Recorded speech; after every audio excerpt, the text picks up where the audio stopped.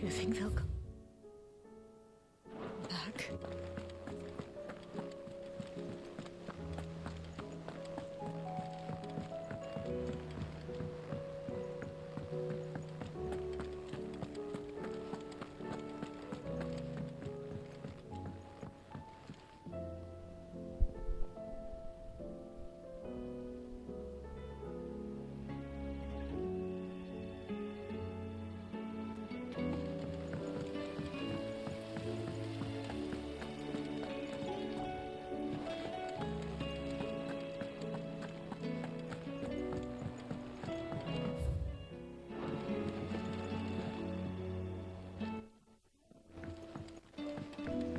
What do you think happened to Miss...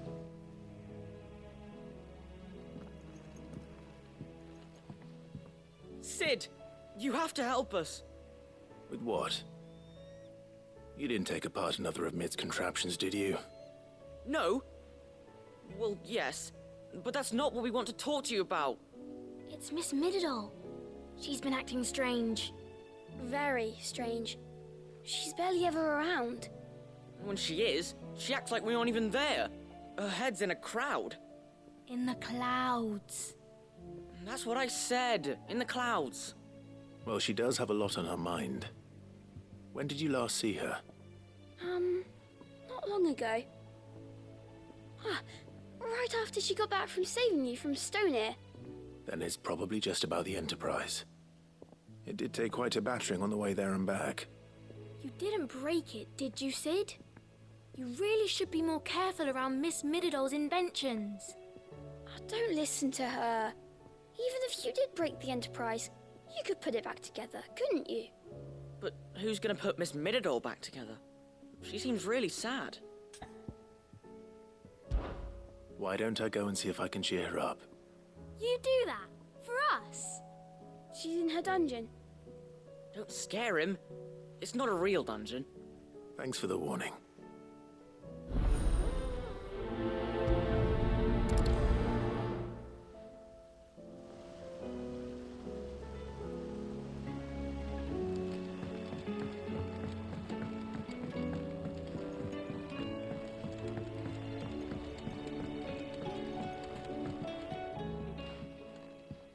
Mid, if you have a... That's it! I knew it! The answer was right here under my arse all along! If this doesn't steer to the skies, nothing will! To the skies? You aren't trying to give the Enterprise wings, are you? What else would I be doing? The children seem to think you're avoiding them. They're worried about you.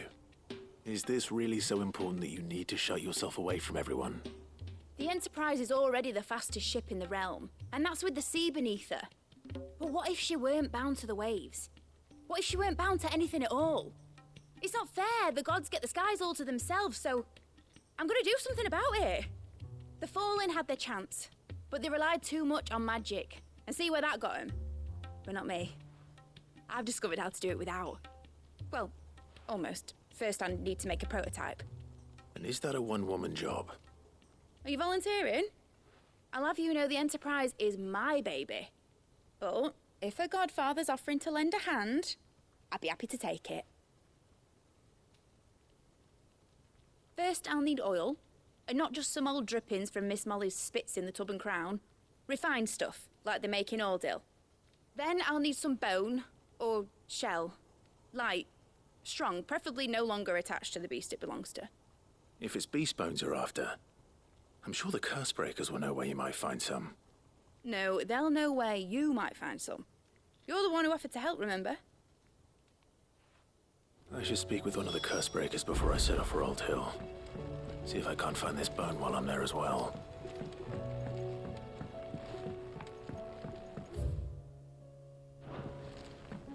Has Mididol mentioned a new project yet? Whatever should I write next? A love story, perhaps? But with a happy ending, of course.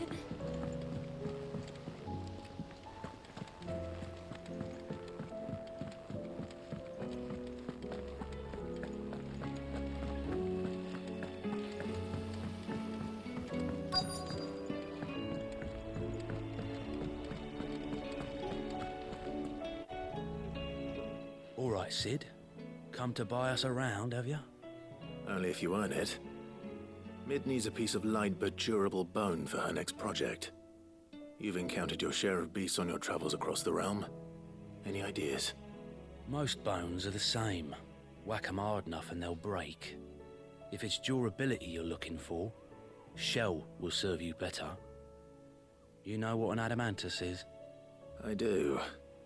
And I know to give them a wide berth. Will any old adamantus do? Well, with shells, the older the harder. There's a rumour of an ancient adamantus down in Karava, near Old Bidza.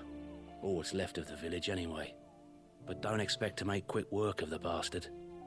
There's a reason it's lived as long as it has. I'll keep that in mind. Thank you.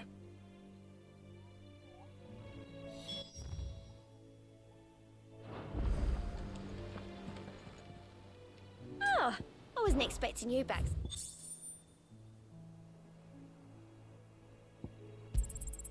You earned this. All done?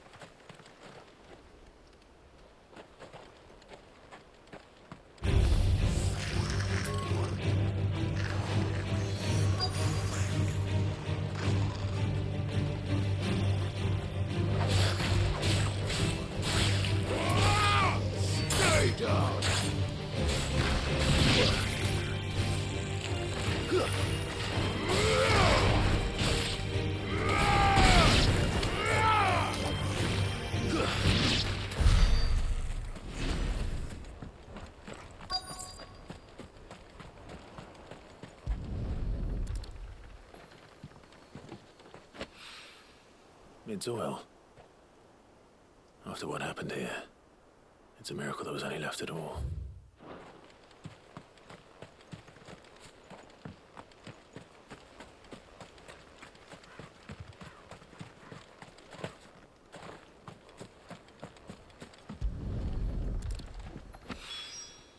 This should be enough.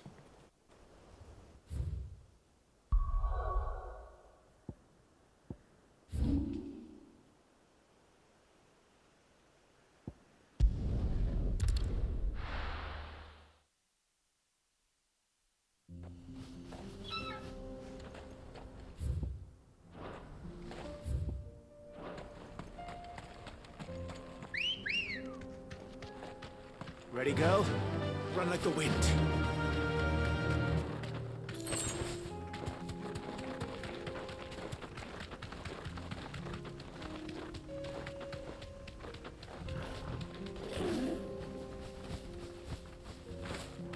Here we are again. Karava. If you were a tortoise, Torgal, where would you hide?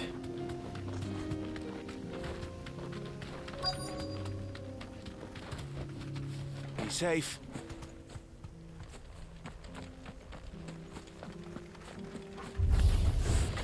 Looks like we found him.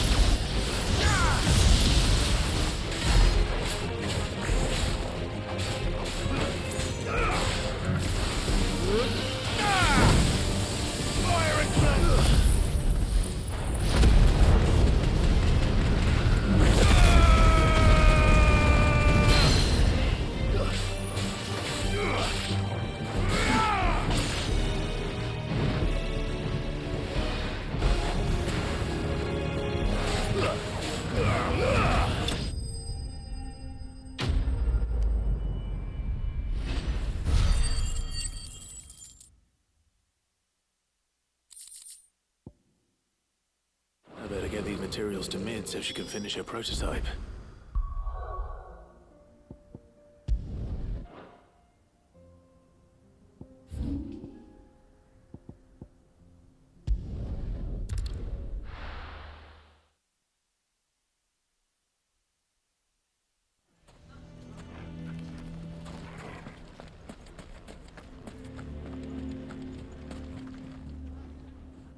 Here to help me pack? Thanks, but I'll be traveling light. I'm almost finished already, in fact. You're really going to go through with this, then? I am.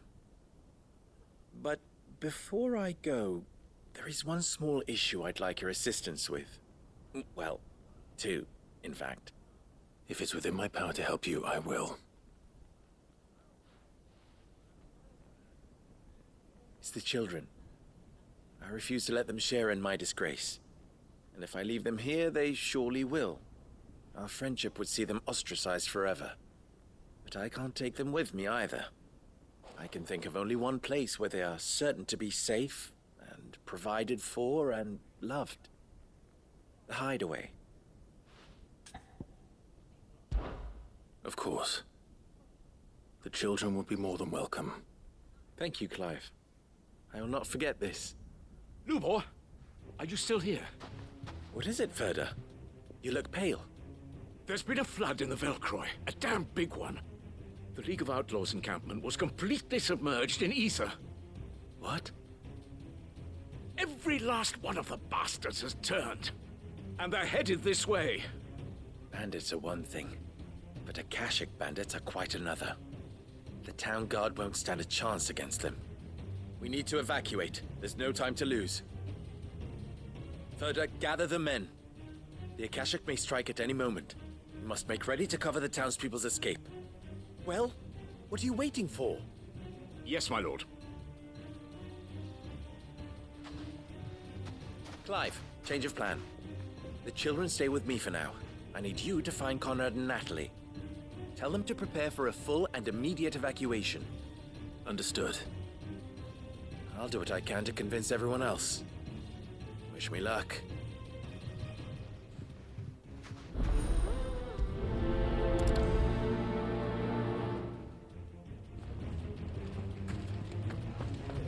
You have to listen to me. They're coming. You need Why to do they always have to evacuate. make such a fuss?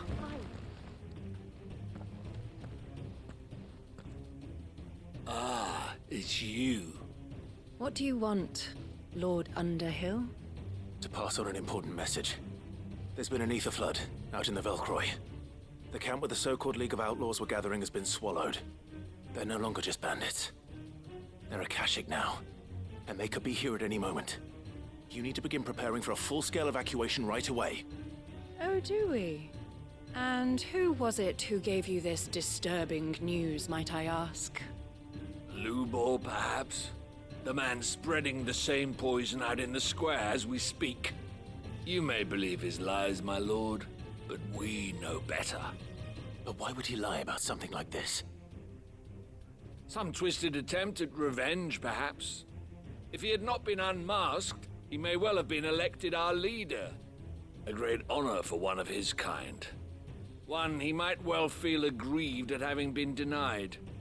Lord Underhill, forgive me, but it has become all too evident where your sympathies lie.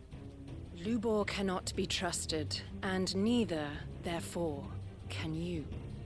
You may not trust me, but for the sake of your people, ask yourselves if there is any chance that this is true. There isn't. You can be certain of that. Now be off with you. You're making a mistake. It's no use. They're not going to listen to me. We'll just have to do what we can without them. I should speak to Lord Ferda.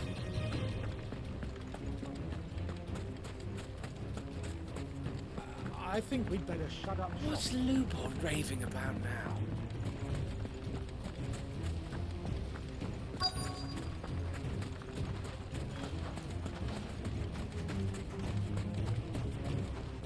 Are you looking for something in particular?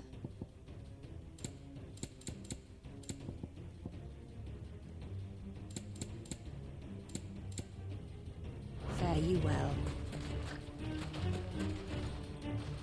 Lord Furder, Sid, what's wrong?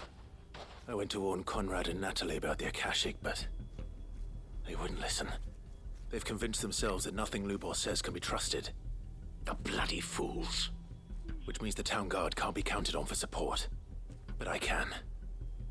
If there's anything I can do to help you defend Dalamil, you only have to ask. I appreciate it. Sid! Further! I've been looking for you everywhere. Victor? I thought you'd left. I couldn't abandon a friend in need. And Lubor is in need at this very moment. Come quickly.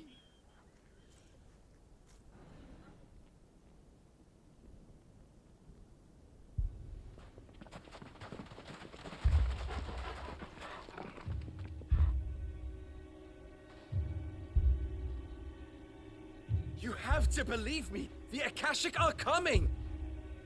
They don't eat, they don't sleep, they don't tire, and they don't care who they kill. They're unlike anything that's come before. There will be no parley, no mercy granted. We may have saved the town once, but this is different. I do not ask that you forgive me, but please believe me. If you do not run, you will die. You will all fucking die!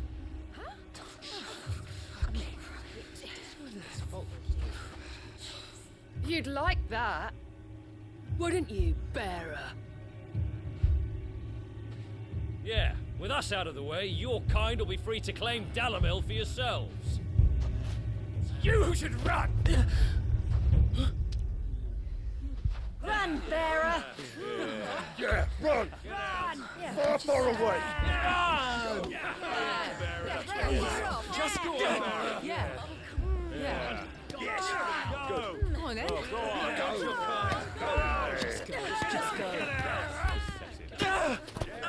Lubor, wait. Someone's coming. Come on.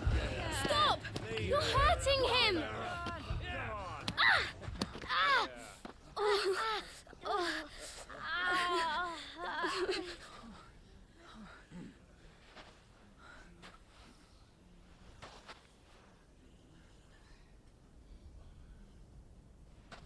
What did Lubor ever do to you? He solves all your stupid problems and he keeps all of you safe. You know there's nothing he wouldn't do for this town. Who was it who made that cleaver you use every day, Conrad? And what about your counting table, Natalie? Who fixed that? Whose men make sure the streets are clean so all your boots don't get dirty? Who spends all day, every day making sure things run smoothly round here? And none of you ever say thank you. Ever. But did Lubor ever complain? Well, does he ever stop smiling? He keeps this whole place going. And you act like he doesn't even exist.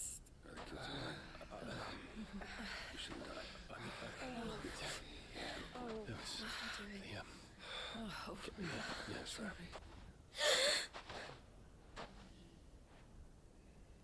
Lubor, we've heard enough. Wait! We will not run.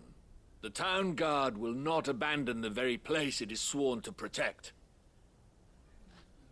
And I will not give up for lost the stores that we labored so hard to fill.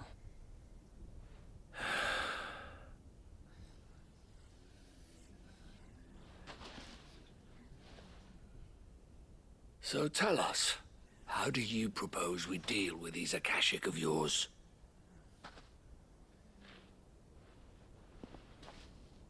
We won't run, but we will fight. All right, then.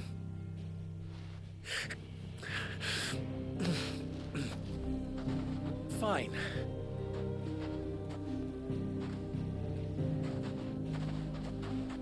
Gather round if you don't want to die.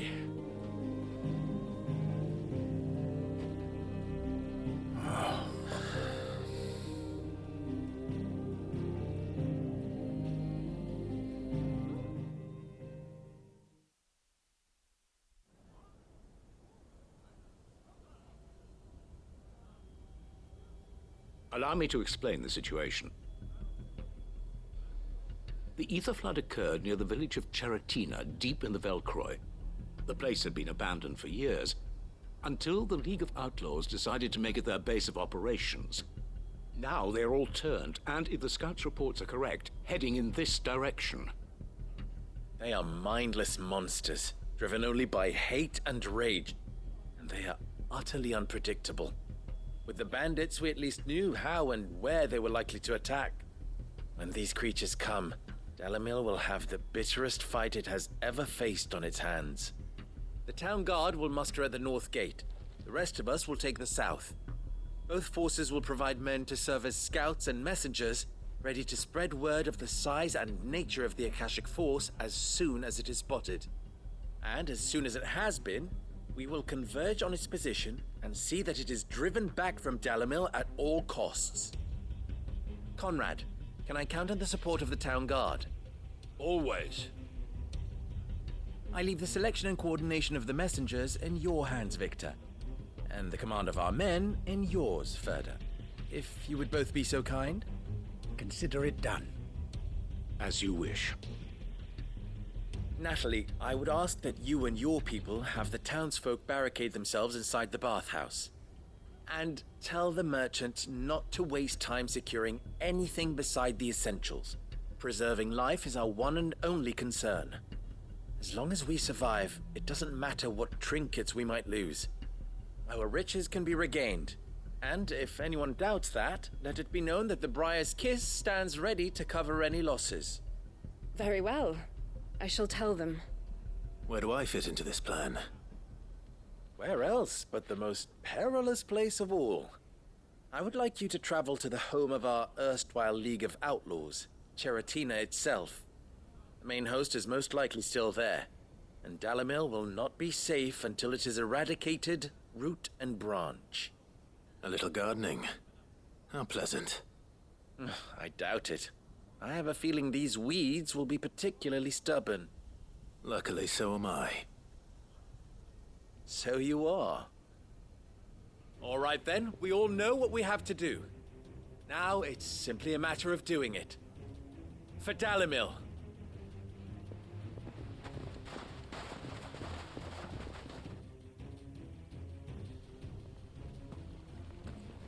Looks like everyone's ready.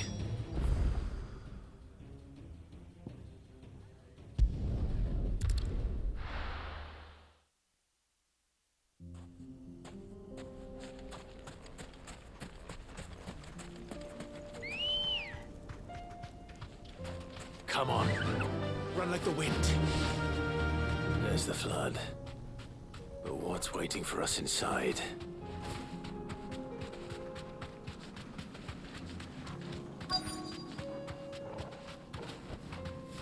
Thanks, Gal.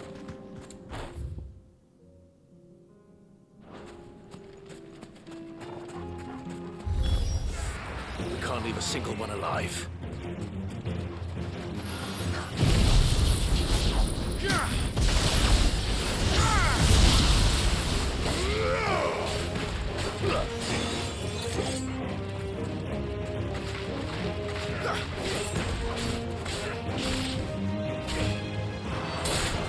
You're finished.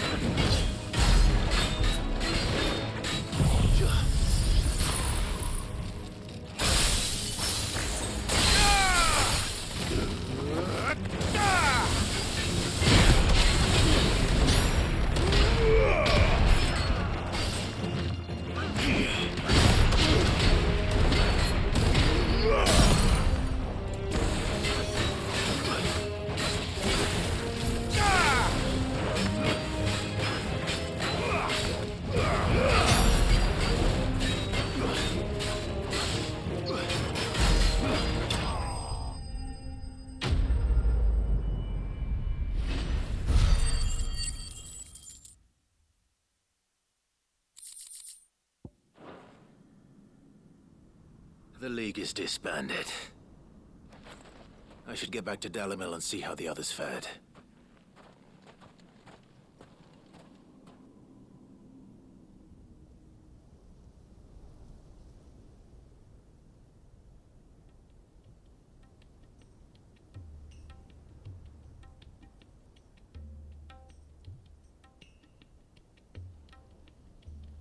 All the Akashic we were able to find have been dealt with. Seems that might be the last of them. Last of them here, perhaps. Lubor, Sir Clive has returned. Clive! What news from Charatina? It's done. Root and branch. I knew you wouldn't let me down. Thank you, my lord. Friends, the Horde has been driven back. The Akashic have been defeated. And we need not fear the arrival of any more, thanks to Clive. Victory is ours. We bloody did it! We saved Dalimil. Lubor, allow me to apologize. After all you have done for this town, we should never have doubted you. But we did. And for that we are truly sorry. We only hope that you can forgive us. We need you, Lubor. Dalimil needs you. So, if you would still like to be considered for the position of mayor, you have our backing. You do remember that I'm a bearer, don't you? We do. But that is not a stain on your character. It is a stain on ours. We thought only of what we perceived bearers to be, not what you truly are. The man who saved Dalimil twice over. I see.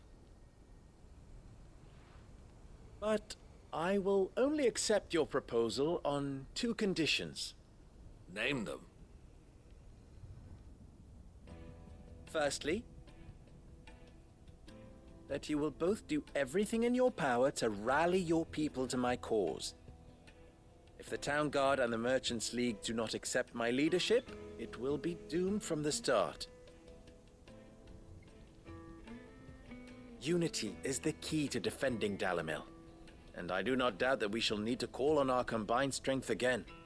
When that time comes, I will expect us all to pull together, just as we did today. Of course.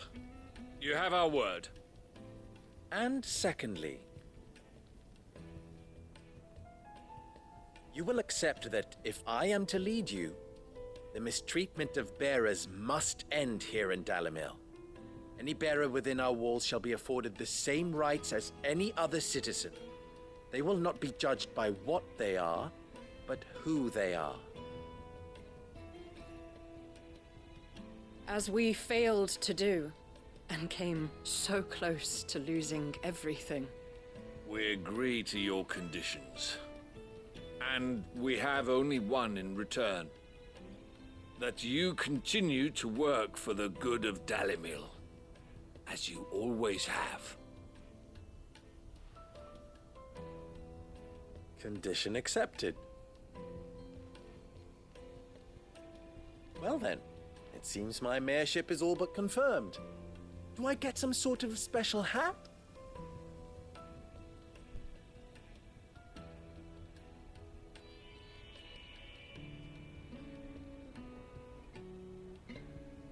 How fickle fate can be. Not so long ago, I had resigned myself to leaving Dalimil in disgrace. And now, I find myself her leader. Here. For everything.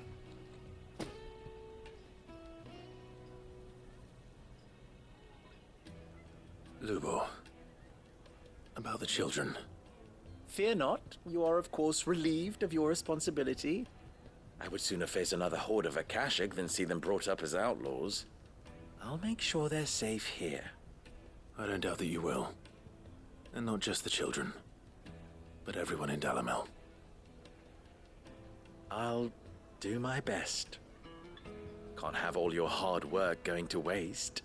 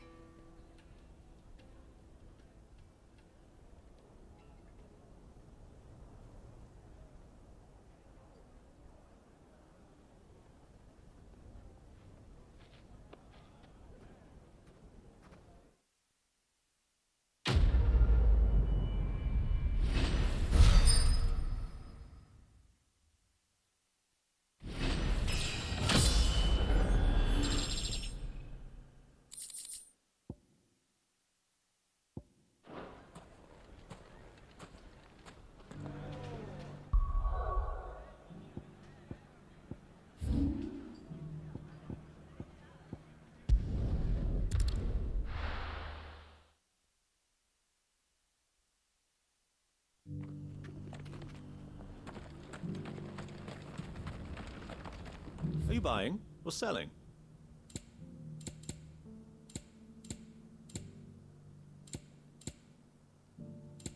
Go safely.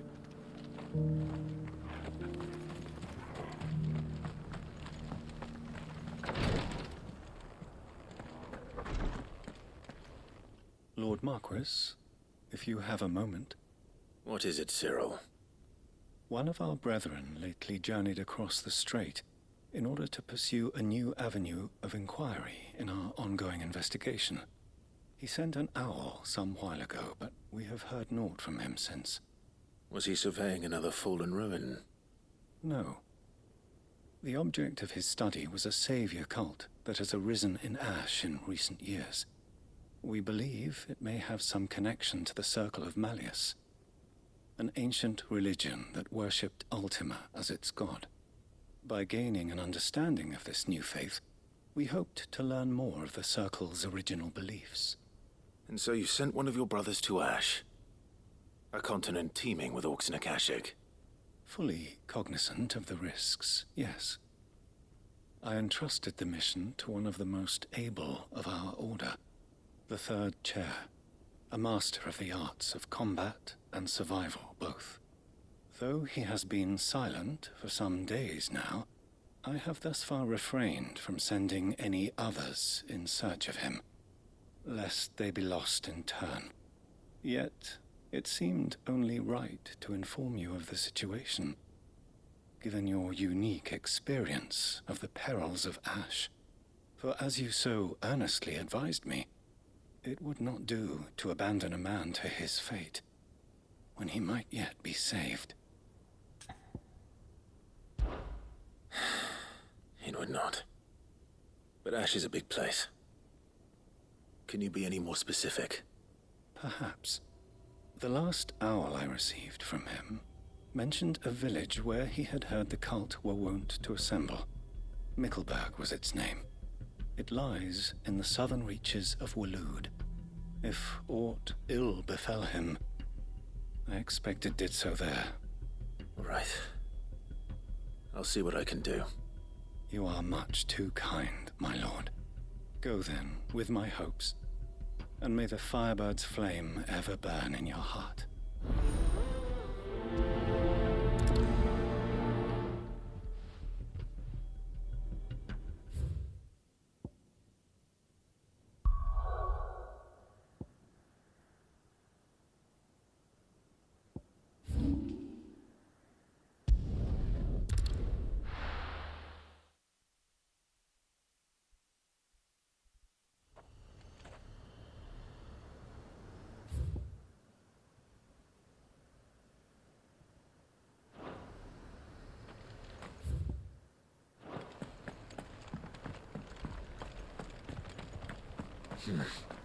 Not here.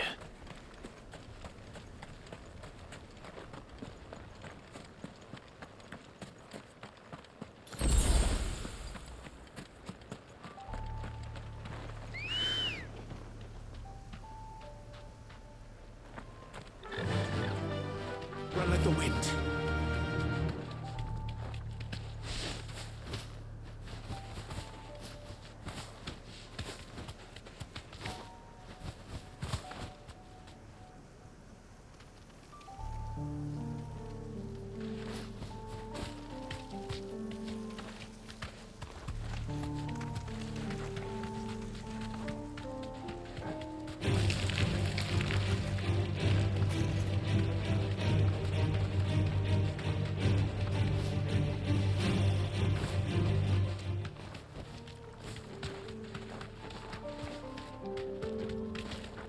This must be Mickleburg. Thanks, Gal.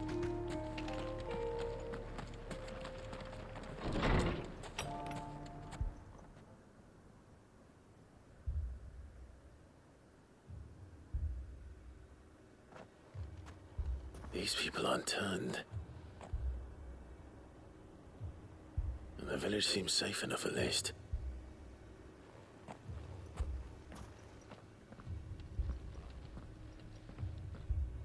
What is going on here? Ah, did you too? Heed the call. Heed the call? No, I came here looking for someone. To be honest, I wasn't sure I'd find him here. Let alone all of you. Is that so? What are you doing here? Is this where you live? It is my home. The others, they heeded the call. You keep saying that. What do you mean? They came here to perform the rite, just as King Barnabas instructed. This village is their altar, where they shall cast their shawls upon the gentle waters and give themselves to the Lord. Give themselves? Oh, Lord, cleanse us of our sins.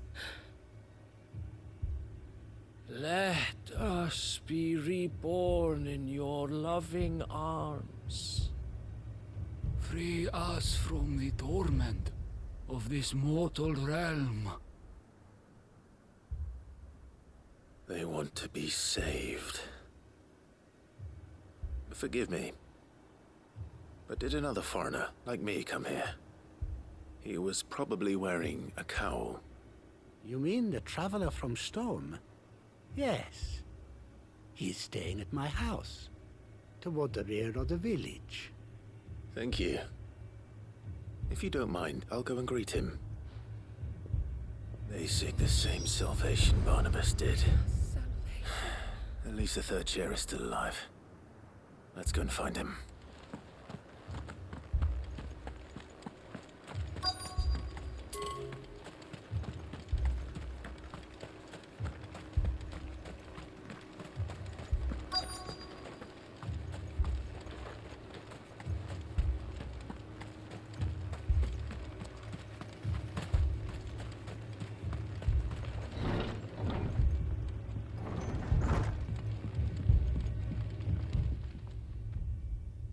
Excuse me. Are you with the Undying? I am. And so it would appear, are you? Lord Rosfield, if I am not mistaken. That's right. And you must be the third chair. I am. Cyril was worried for your safety. He sent me to find you. Then I must apologize. I did not mean to trouble the bearer of the burning quill, much less you, my Lord Marquis. He said that you had failed to report. Is there a reason for that? I came here to study the followers of this new faith. But the more I learned of them, the more my own faith began to falter. You have seen them at their prayers, have you not? They devote themselves to the veneration of their Lord with a fervor I have never seen before. Praying night and day that they might be rid of their wicked wills and reborn in their Saviour's light.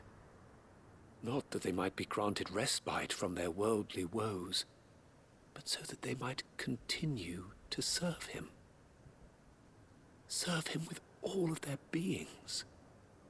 I, too, swore to devote my life to the service of my Lord and Master, but this... 'tis different. It is more. And so I would see it through to the end. See these people safe, that they might achieve their dream.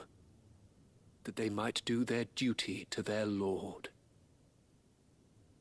Even if it should keep me from doing my duty to mine. You do understand what their dream is, don't you? I do, my lord. They would cast aside their wills and become Akashic. I know that it may be hard to believe, but to these people, that is the very essence of salvation. Forgive me, my lord, but I must remain here. If you are to return to Master Cyril, I would consider it a great... Did you hear that, my lord? Something is happening. I'll go find out what. Stay here.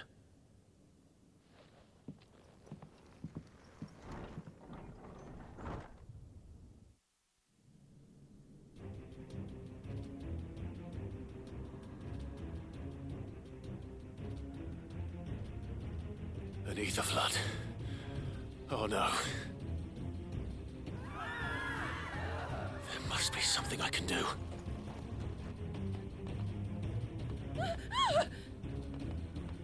Echoes as well. Found her. Come on. Over here!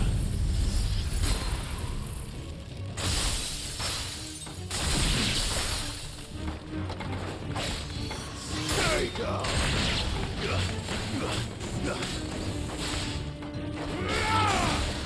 Nice try.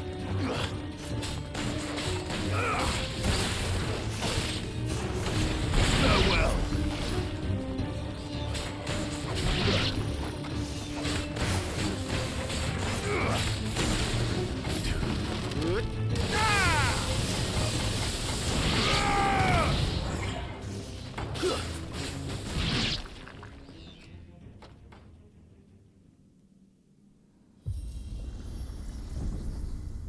What now?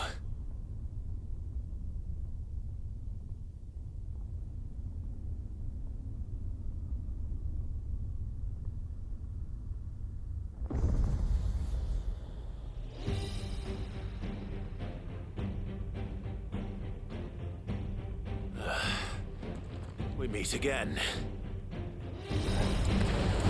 I've killed your kind before.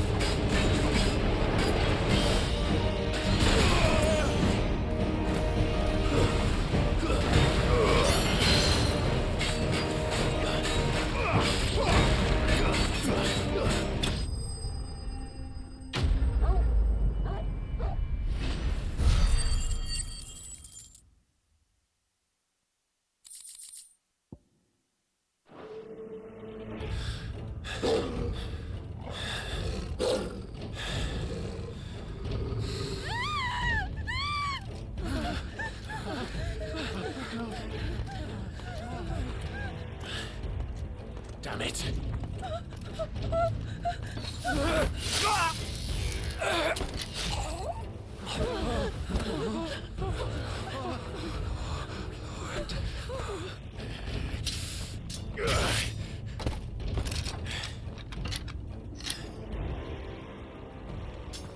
Don't you die. Come on, speak to me. I had to save them, that they might have a chance to find true salvation by devoting themselves to the service of their Lord,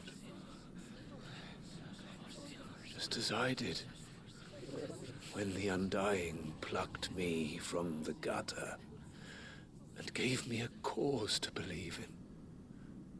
A duty to serve was everything to me, and I would not deny them that fulfillment, even if they must become a Kashik in order to achieve it. Forgive me, my Lord Marquis. I did not mean to trouble you with this. My findings. Could you deliver them to Master Cyril for me? Of course. Your duty will be done.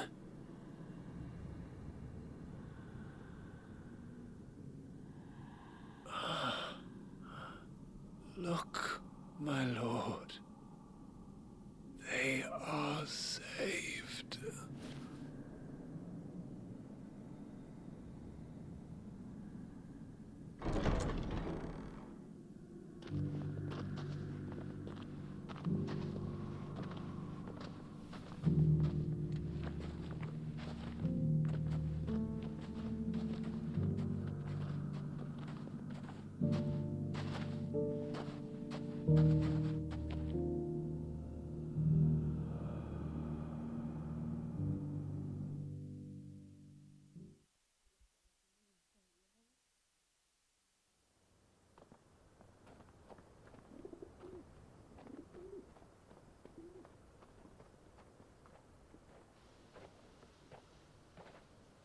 They are saved. Founder. I should get this report to Cyril.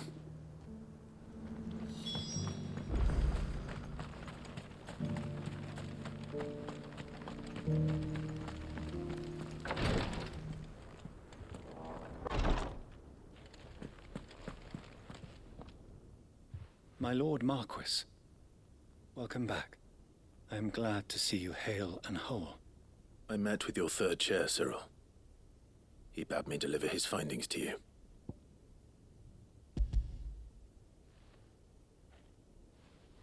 Thank you, my lord. He remained in Ash? He died protecting the villagers from an echo. I buried him in Mickelberg. I'm sorry that I couldn't save him. If you could not save him, no one could. The villagers, they were believers in this savior cult. They prayed to their god that they might be unburdened of their wills. Then an ether flood came, and their wish was granted. Your brother sacrificed himself that they might live, even knowing that that life was death by another name. Then he perished defending liberty. A hero's end. For the right to choose how one dies is no less sacred than the right to choose how one lives. Sid would agree. He wanted to build a world where people could die on their own terms. A noble ambition. To die for one's cause is the most perfect expression of one's faith. It matters not how misguided others might judge one's decision to be, only that the decision is one's own. We live according to the teachings of our order. We believe in them, we protect them, and yes, we die for them. For better or worse, that is our creed.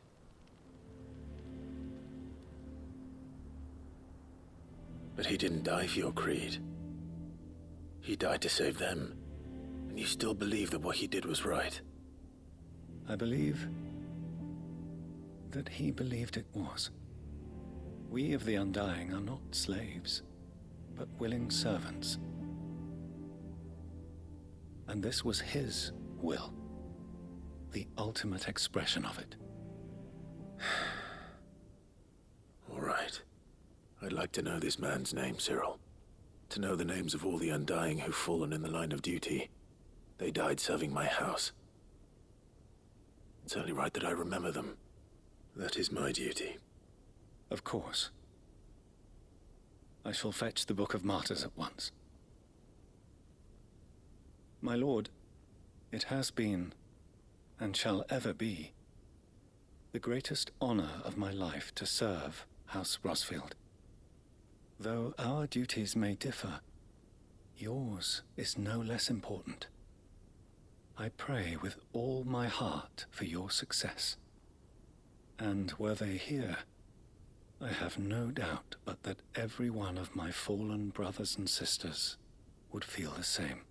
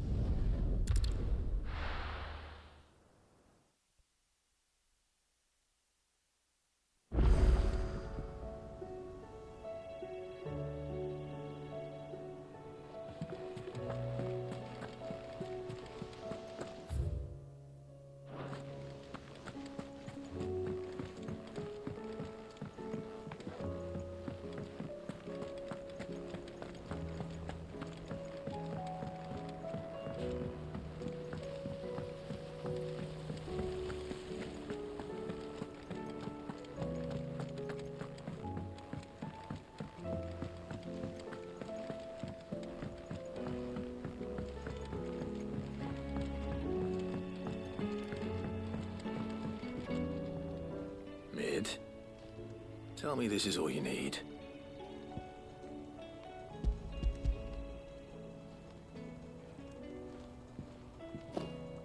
Aw, you make it sound like I asked you to save the world or something. Tell me this is all you need. It's most of what I need. After you left, I went over the figures again, and I realized I'd forgotten a 1 and a 0. And a cogwheel. Just a tiny one. Though, that's the problem. Gears that small are a bastard to make, and I may have lost the one Blackthorn spent a fortnight toiling over. Wait. The children.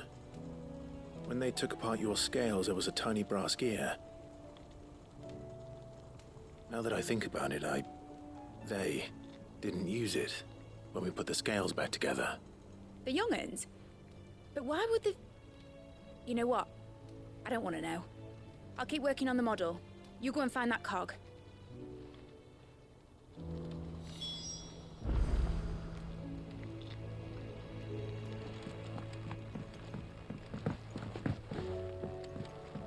Has Midadol mentioned a new project yet?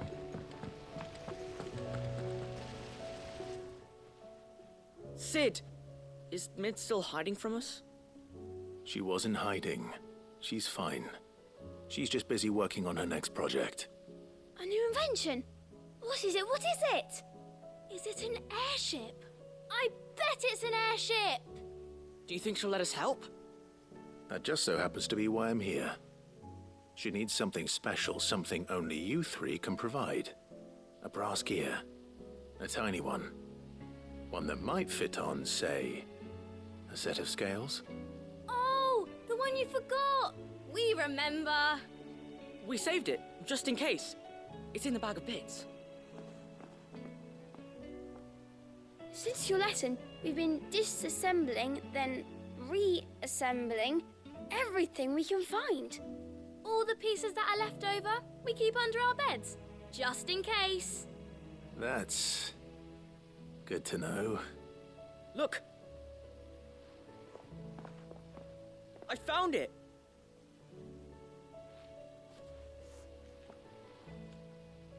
Is that all? Just the gear? We have more parts if Mid needs them. That's all for now. But I'll let Mid know about your hoard. Just in case. Thanks, Sid.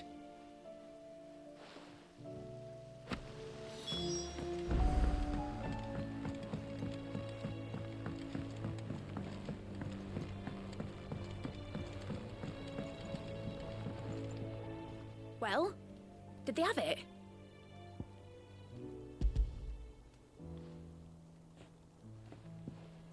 They did. And they kept it somewhere nice and safe. Will it work? Will it work? He's perfect! You're a genius, Clive. What exactly are you going to use it for? Only the most important job of all. The wings aren't going to move on their own. But with the right cog in the right place... Well, you just wait and see.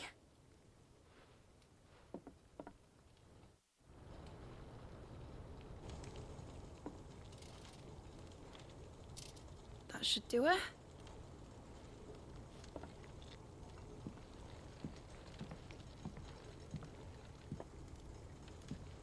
Here goes nothing.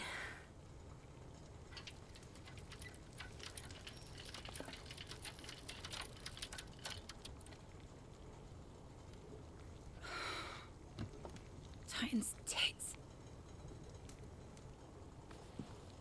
It wasn't supposed to fly, was it?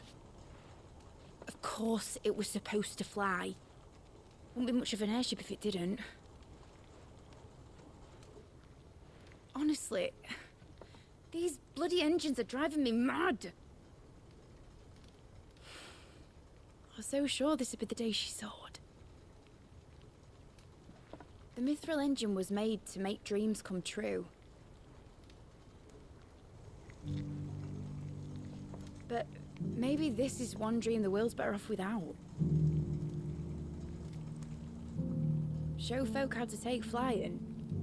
It won't be long till they're raining death down on each other.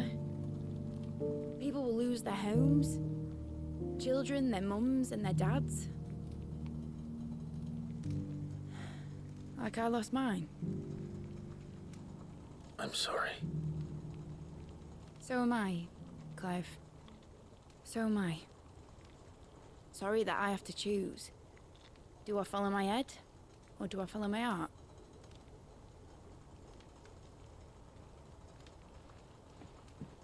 Good question.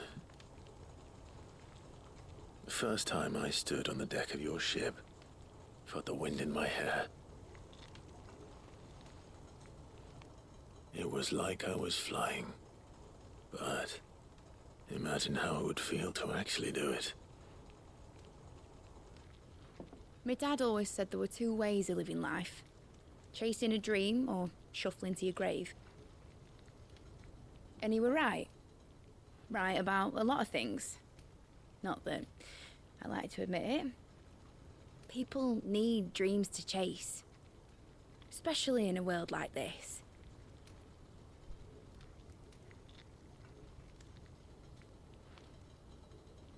Right.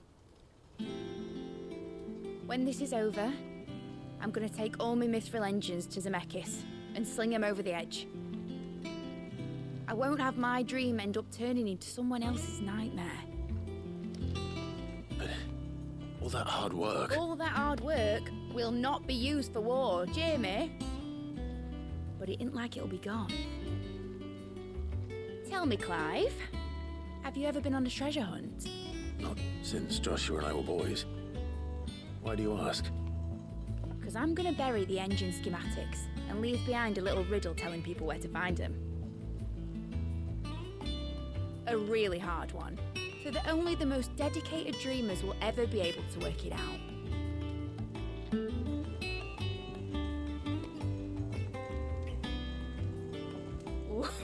I can picture it now.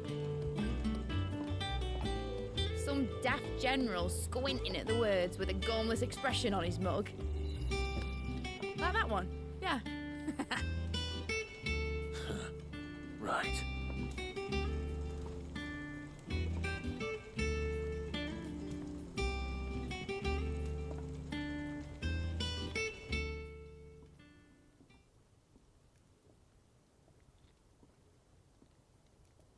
Of course, if I'm putting this engine at the end of a treasure hunt, I'll still need to make it a treasure worth hunting for. Won't be much of a prize if it couldn't even make a toy boat fly after all. My dad always said, dream big. But it ain't the size of a dream that's important, is it, Clive? Only that it's a good one. And I reckon I've got a fair few good uns left in me. I'm sure you do.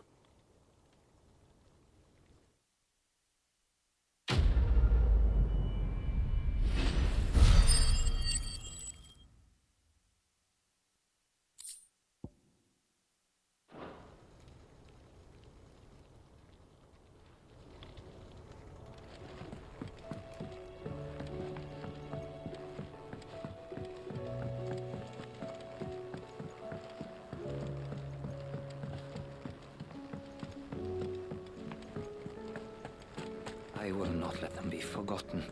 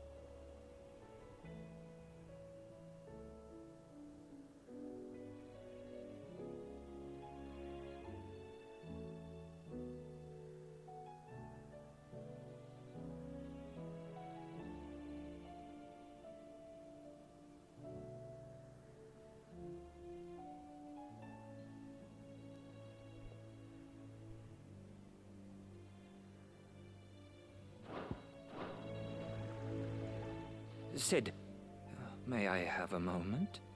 Of course. It is an honor to finally speak with you. My name is Herman. I've been with the Cursebreakers for some time now, and I wish to be deployed to Ash. Any assignment will do. No. The lands across the Narrow are too dangerous. I will not send good men and women to risk their lives needlessly. Why would you want to go back? I need to retrieve something. Something important. I was raised in an orphanage. The Badbach Conservatory. Or rather, I was held captive there. It was not a place of nurture. It existed solely to turn bearer children into mindless weapons. We were tortured until we feared no pain. Tormented until our hearts turned to stone. And few ever survived long enough to become tools of the last king. I can't imagine. I lost so many. I can't even remember all their names. But they must be remembered. They cannot fade away, faceless and forgotten. The Institute was run with military precision.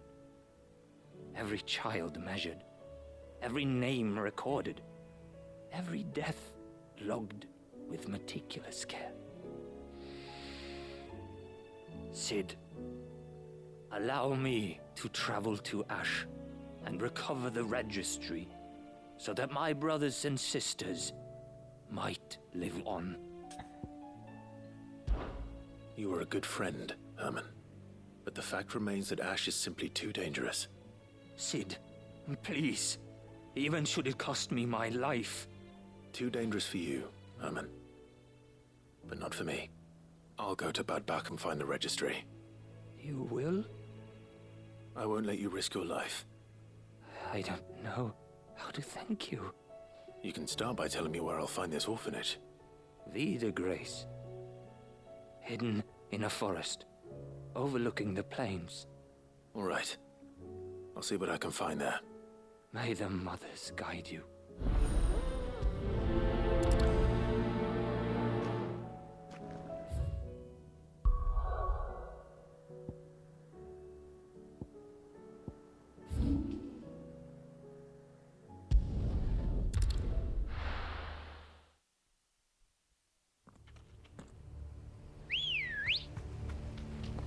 Good girl.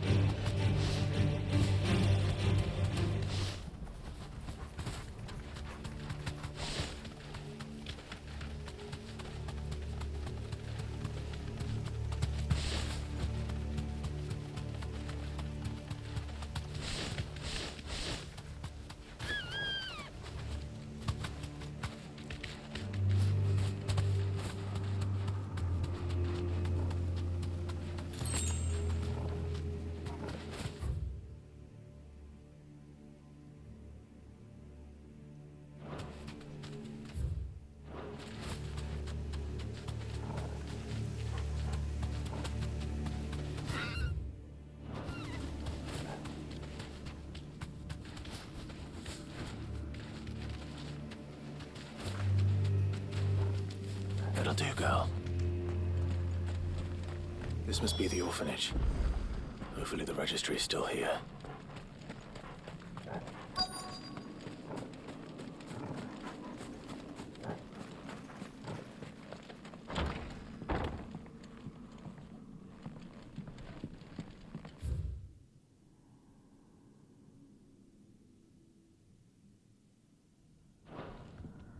Conditioning. This is nothing short of torture.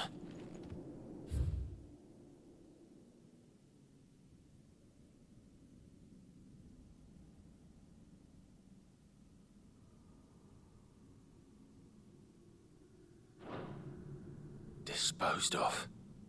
Herman wasn't exaggerating. It's a wonder he survived this place. I need to find that registry.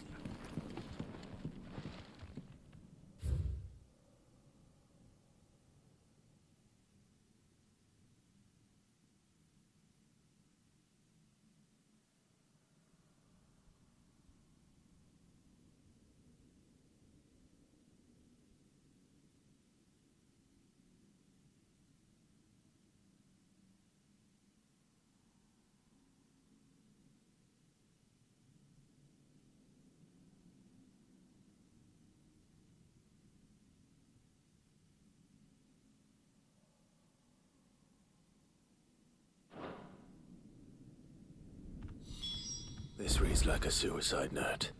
Did the director go through with his plan? There's only one way to find out.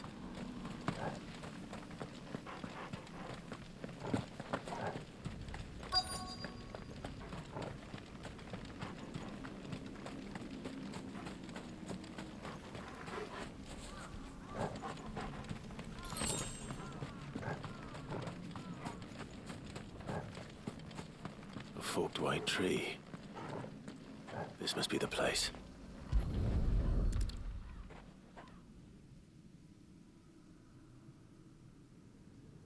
Could he really be buried here? There's something hidden among the roots. Let's see.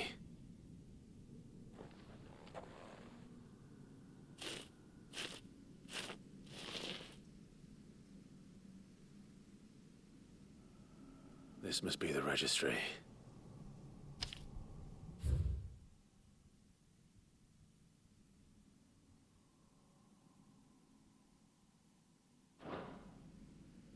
So many names. This place was a slaughterhouse. But where is the architect of all this misery?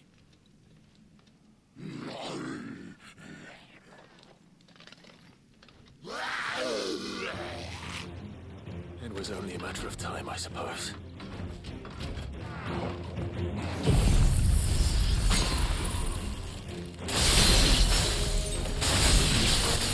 This place is cursed.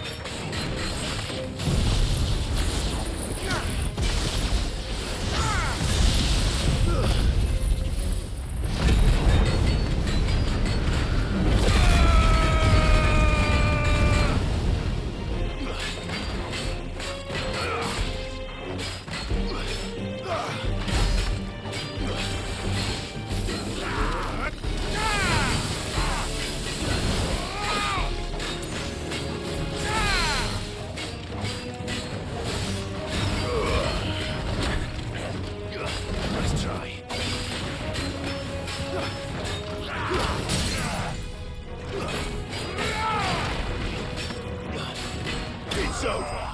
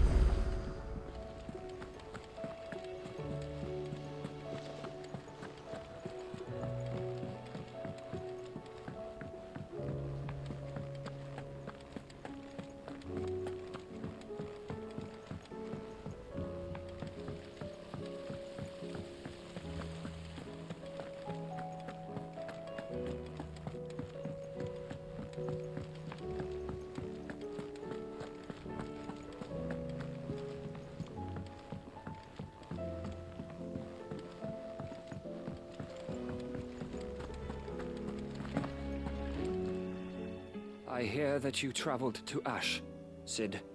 Did you by any chance recover the names of my fallen friends? I did. Yes.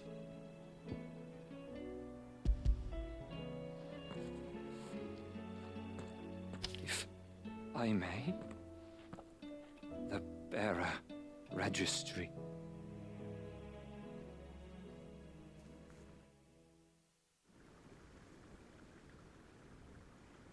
The director was a brutal man. He got no worse than he deserved. The registry was all I found beneath the tree. There was no sign of a body. Or any record of what happened to the children after the orphanage closed. I pray that at least some of them survived. All their names are here. The ones we lost. My friends. My light in those dark times. I can still remember their faces, like it was yesterday. Children who were taken from their bunks in the morning, never to return. No explanation ever offered. They'd be happy to know that you survived, Herman. But why did I make it out alive, when so many others died in that awful place? It's not your fault. And blaming yourself won't bring them back. Honor their memory. See that their names live on. That way, at least. They're never truly gone. Thank you. Sid, I'm going to write a book. An account of the horrors of Badbach, and the spirit of those its custodians sought to crush. All of Valisthea will know of our suffering. And in the name of those I lost, I will not let it happen again. Neither will I. These records would have been buried for all eternity, were it not for you. Thank you.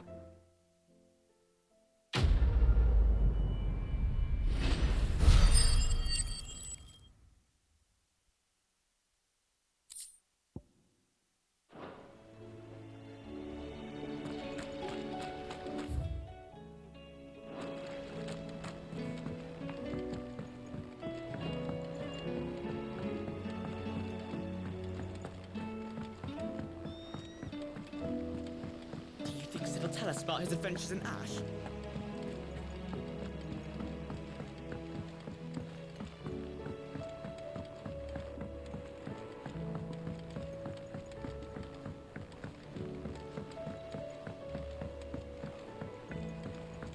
Say what you will, Lady Karen has seen our shelter.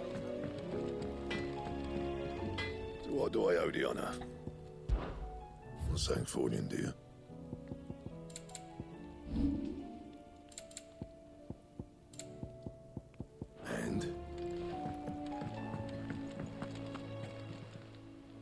Clive, Goingpurse weighing you down?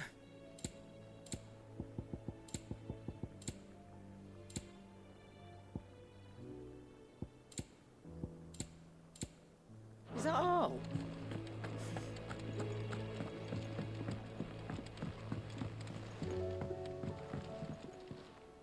Ah, Clive. Joshua, what's wrong? And don't say nothing. It's not nothing. I've received word from Cyril. The Undying have found Father's will, or something akin to it. His will? How? Where? In the crypt beneath Rosalith Castle. After Kupka was kind enough to drive out the Imperials, the Undying took the opportunity to recover what relics of the Duchy yet remained. And in the process of doing so, they found a letter from Father. I'm surprised anything survived down there. Cyril asked that I join him in Tabor at my convenience. I have been meaning to go, but would you join me? Of course. I want to know what's in that letter as much as you do. Very well. I am ready to leave when you are.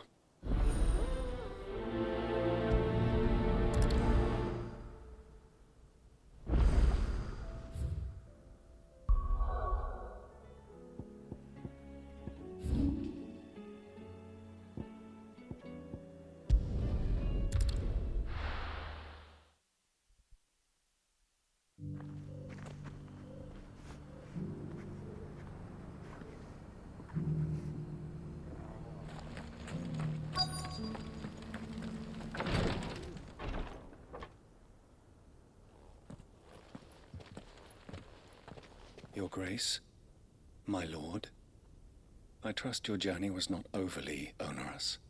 Cyril, you found a letter from Father? Yes, I have it here.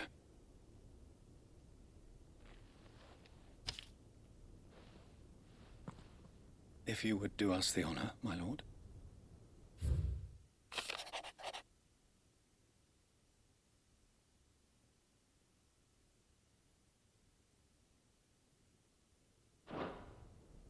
An inheritance. It would seem the late Archduke penned this missive shortly before his passing. The day before we left for Phoenix Gate. What are these plans he spoke of? His plans for the duchy, Your Grace. Your father entrusted them to my predecessor, the former bearer of the Burning Quill, who entrusted them in turn to me. The complete emancipation of bearers is their stated aim. But your father's dream did not end there. His Grace also spoke of building hospices to care for those stricken by the curse, and the founding of a new university to further the development of non-magical technologies. With the blight spreading ever more widely across the twins, Archduke Elwyn saw this as the only means of securing Rosaria's survival. He wished to see men and bearers treated as equals. To see centuries of common wisdom overturned. Small wonder he did not think it achievable within his lifetime. But he thought it achievable nonetheless. Had he not, he would never have written this message. Nor would he have entrusted his vision to his most faithful aides, those who would have stood with you, shielded you from the machinations of the less benevolent personages at court. It's a pity only they are still with us. 'Tis true that those most loyal to your father were the first to suffer the Duchess's wrath. But one at least remains, and she has come bearing gifts. What do you mean? Mayhap it is better that she explain, my lord. After all, the duties entrusted to me by my predecessor extended only to recovering His Grace's will and arranging a meeting with the one who might execute it, or a part of it at least. And where is this woman? She awaits you in the archive, Your Grace. Thank you, Cyril. Shall we then?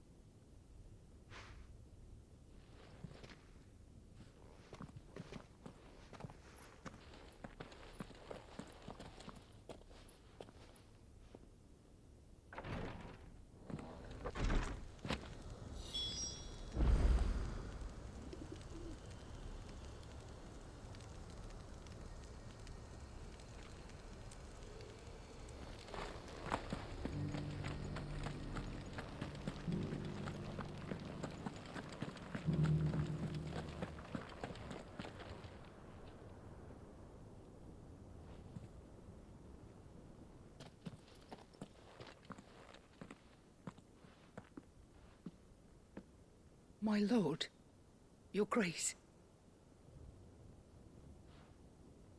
I hardly recognize you. I am Goditha, retainer of House Rosfield, loyal servant to the Phoenix and his shields. Your father, the Archduke Elwyn, entrusted me with the delivery of a gift. I only hope you can forgive my tardiness in bringing it to you. Lift up your head, Lady Goditha. You have our gratitude for your service to our house and to our father. I merely did my duty, as any proud Rosarian would. My lady, perhaps you could explain a little more? What exactly is the gift you bring? As I'm sure you know, it has long been the custom for the children of House Rosfield to be presented with certain keepsakes upon their coming of age. Indeed it has. Our father often spoke of the day when our turn would come. And had he lived to see it, he would have presented you with the treasures I bear. Matching armbands for you both. Alas, he did not live. Indeed, he was taken from us even before they could be completed. He had intended to claim the Heartstone with which each armband was to be finished himself, but it was not to be. And his gifts remain incomplete. I see. It saddens me to bring them before you, as they are. It was your father's wish that you be presented with the finished articles, not these works in progress. But with his grace long since gone, and the stone left unclaimed, I had little choice. You are grown men now, and his house is yours.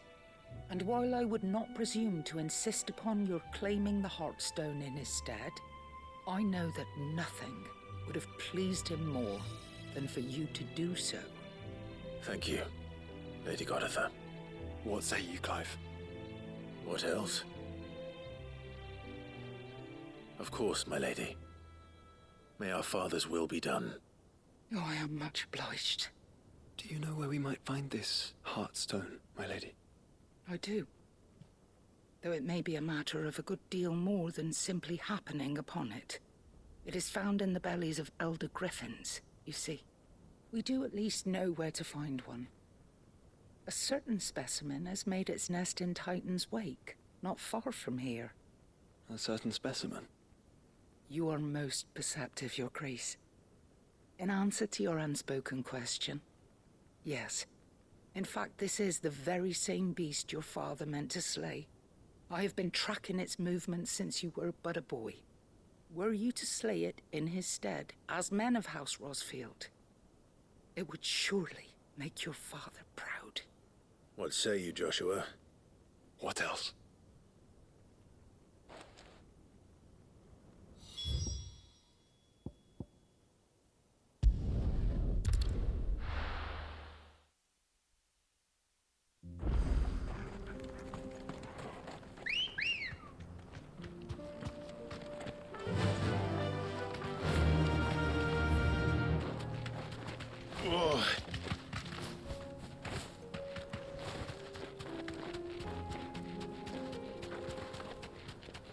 Eyes peeled, Joshua.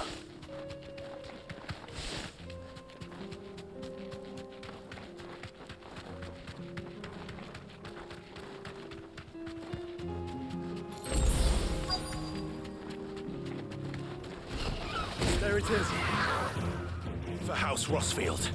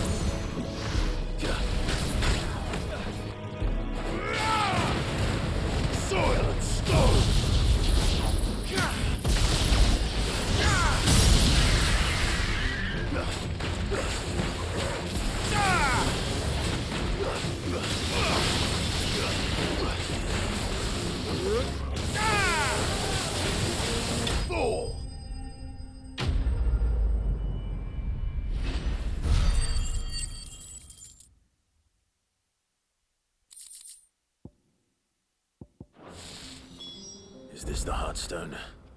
I expect Lady Goditha will know.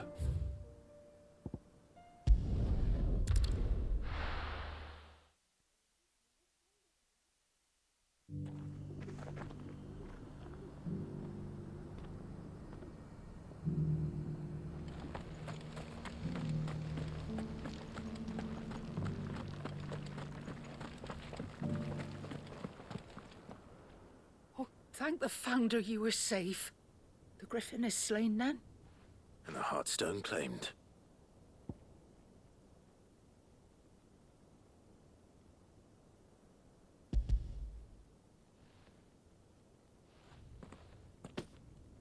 Yes. This radiant luster, like frozen flame. It is just as your father described it. Thank you, my lord. Your grace. Your father would be so proud. Lady Goditha, the lapidary is ready. Thank you, Cyril. I will be with him shortly. If you would excuse me, I shall have the stone cut and set forthwith.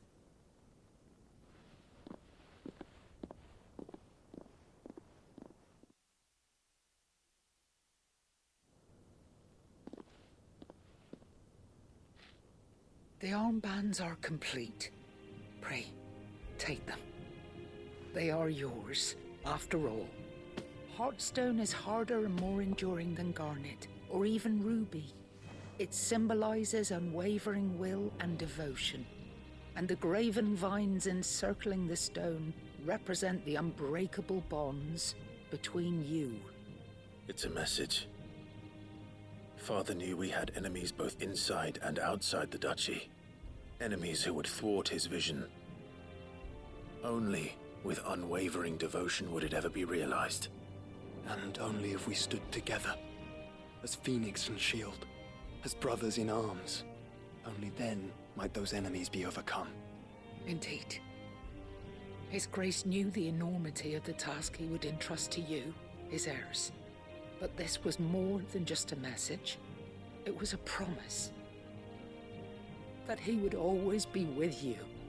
Thank you, Lady Goditha, for remaining the steadfast custodian of our father's will. Forgive me, my lady, but there is something I don't quite understand. The Undying told me that after Father died, Mother claimed all of the ducal treasures for her own. Even if the armbands were incomplete, she would surely not have overlooked them. So, how were you able to keep them from her? Because I was the keeper of the vault. Though I was but a lowly servant, your father spoke to me of his intentions for the bands, of the deep love he had for both of you, and his hopes for your future. In the days before the disaster at Phoenix Gate, I discovered that the Duchess had ordered her jewelry be sent away from the castle. It was then that I knew she meant to betray us. I tried to warn your father, but it was too late. When word of the fire reached Rosalith, I knew my time was short. So I took up the armbands and I fled into the night. And thank the Founder you did. Yet my duty to your father was incomplete. Not knowing what else to do, I followed the Griffin, thinking I might claim the Heartstone on its passing. And so my pursuit continued, until Lord Cyril appeared before me. He informed me that His Grace's will had been recovered, and that his sons were alive and well. Lady Goditha, on behalf of my father and all the people of Rosaria, I thank you for your loyal service. As do I. Thank you, my lord. Your Grace, for coming back to us. For giving my service meaning.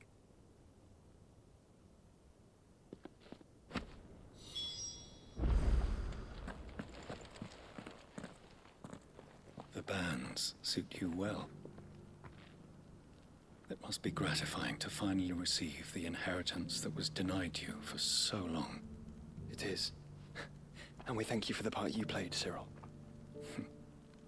If you would permit me to play my part a little longer, might I suggest that you make your way to your father's memorial atop Hawk's Cry Cliff?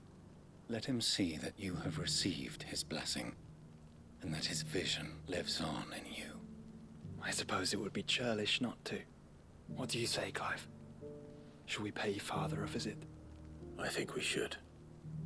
I was hoping to be able to offer him my thanks before we left for Origin. Your father's helm is enshrined there. It has been since the day we recovered it from Phoenix Gate. I prithee claim it, for it too is a part of your inheritance, and I do not doubt that your father would prefer it in your hands than perched upon some lonely rock. Thank you, Cyril.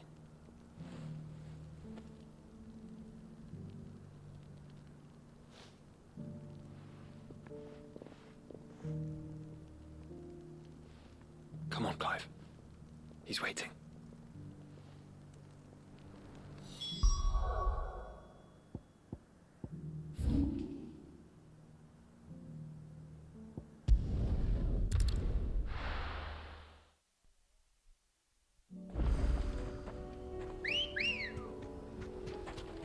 Ready, go?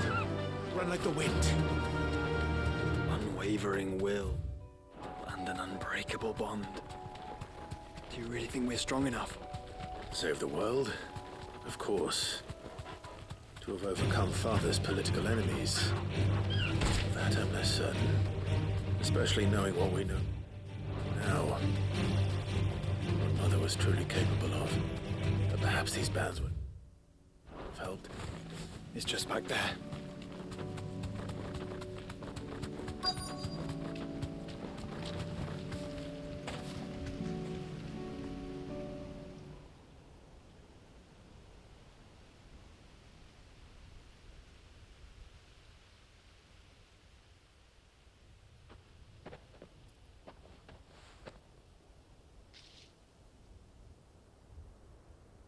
Father always fought for what he believed was right. It wasn't until that night at Phoenix Gate that I realized I had never fought for anything. I always had someone else to do the fighting for me.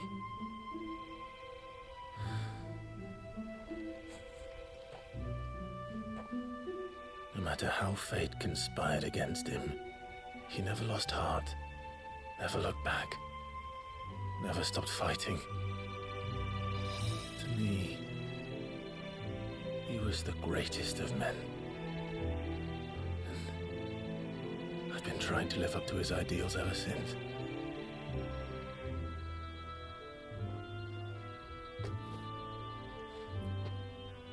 We all have, Clive. We all have. And we'll keep trying. Because that's what he would have wanted. What he would have done himself. Even if it meant standing against the very gods in the heavens. I shall be borrowing this, Father, if I may. That you might watch over us as we follow in your footsteps.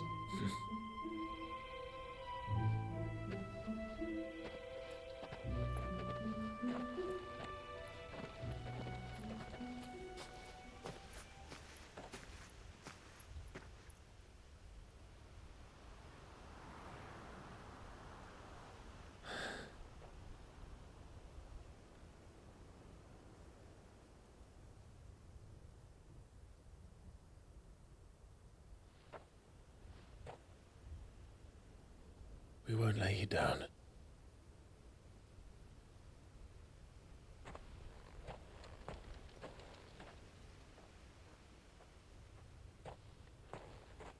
Onward then. Onward. To the end. And to a new beginning.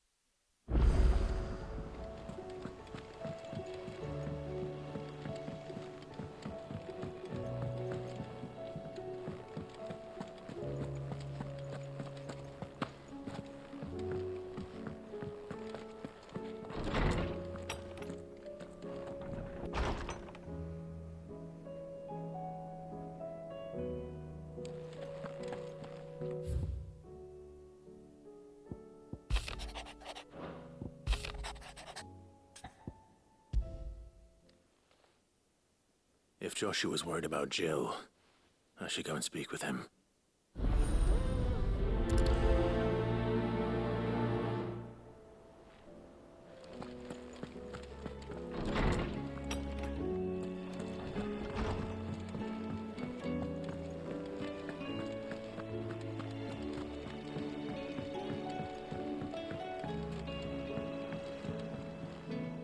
Joshua, I read your message.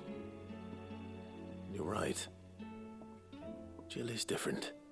I don't think I'd realized how different, but since we returned from Drake's spine, I felt it more and more.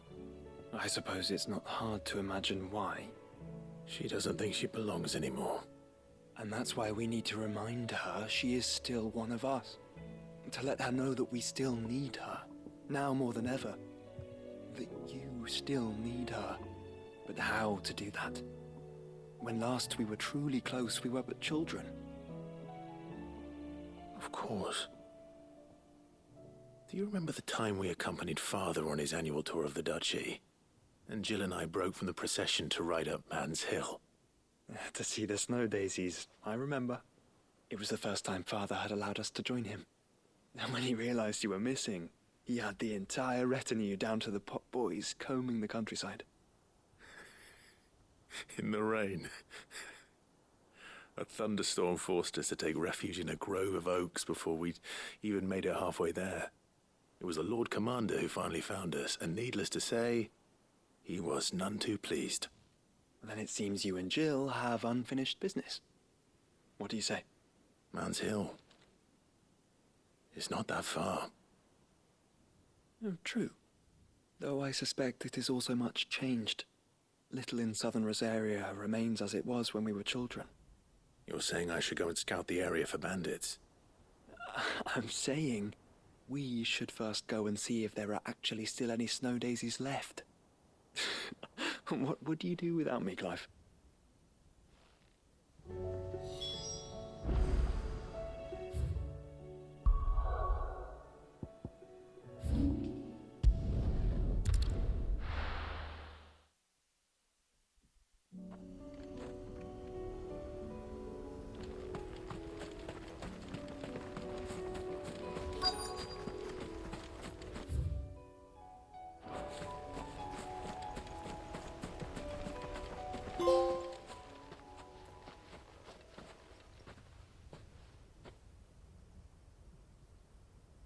This is the place, but...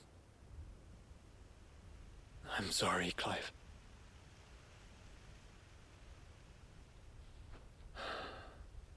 There's nowhere been spared. What do we do now? We keep looking. Man's Hill cannot be the only place where snow daisies grow. Perhaps, but it's the only place I know of.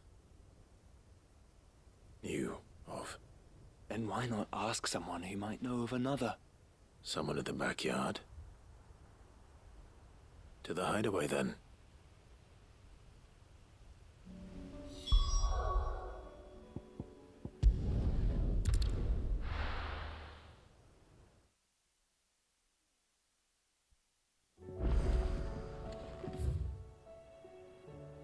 Let's hope one of the gardeners knows where to find snow daisies.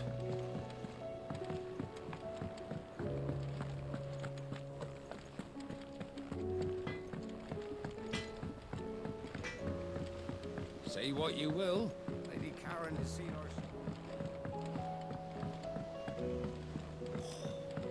This should time.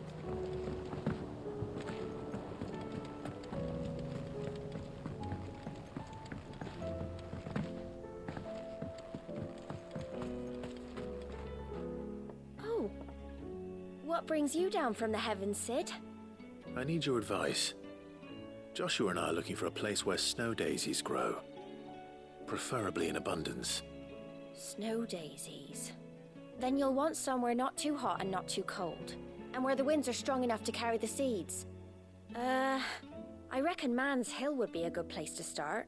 There in the Royal Meadows, perhaps? Both have similar climbs and the right elevation. If the Blight hasn't claimed them yet. Right. Thank you. Did you learn where we might find our flowers? The gardener here mentioned the royal meadows in Sambrek. Ah, the fields beyond Northreach. Well, if that's the case, then Yote was right. I recalled that she'd kept a record of our travels, you see. So I asked her if she'd perhaps noted anywhere that snow daisies grew, and she mentioned Oilefeist Bay. Whose shores border the meadows. Off we go then.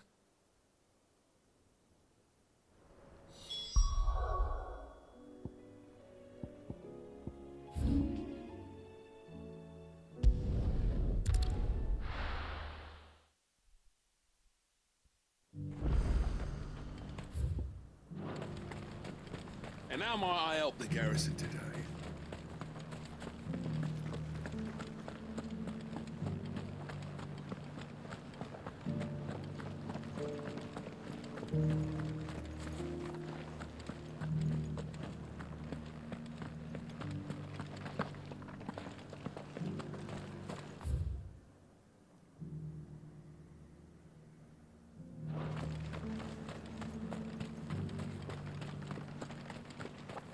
Those things didn't fight like men.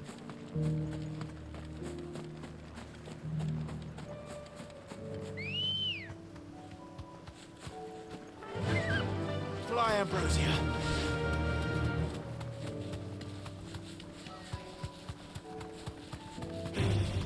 Just the one of you, eh? The meadows are vast. Where do we even start? Yote mentioned the coastline. We can start there.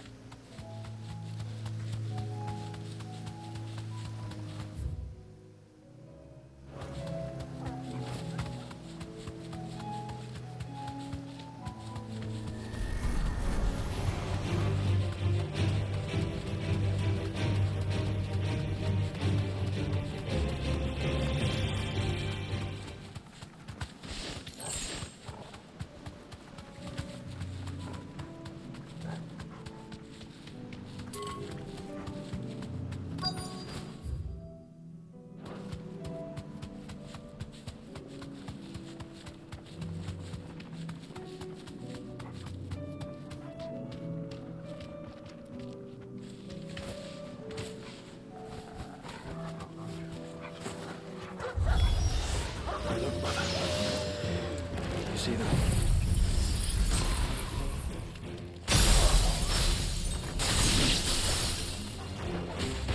I do. The flowers and our friends.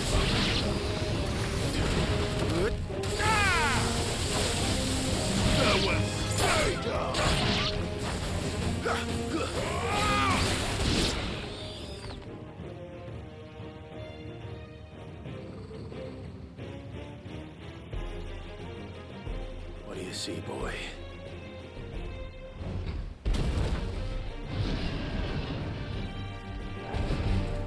Let's hope this is the last one. Only one way to find out. Silence! Stone!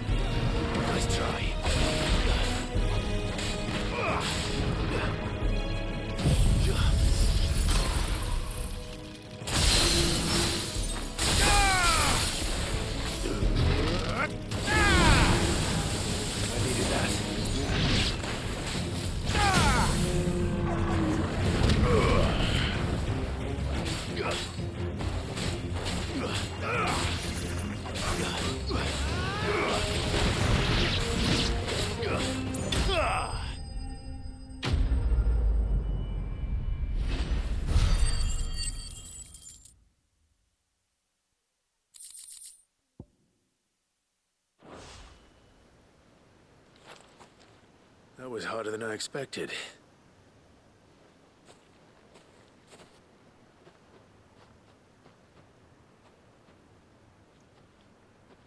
But found her.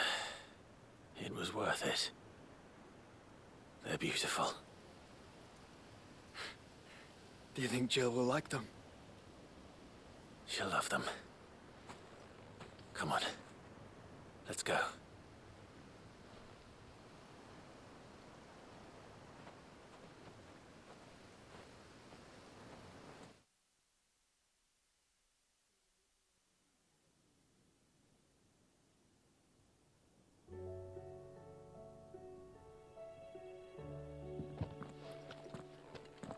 It appears my work is done. The rest, as they say, is up to you. Well, you and the skies. We wouldn't want another thunderstorm now, would we?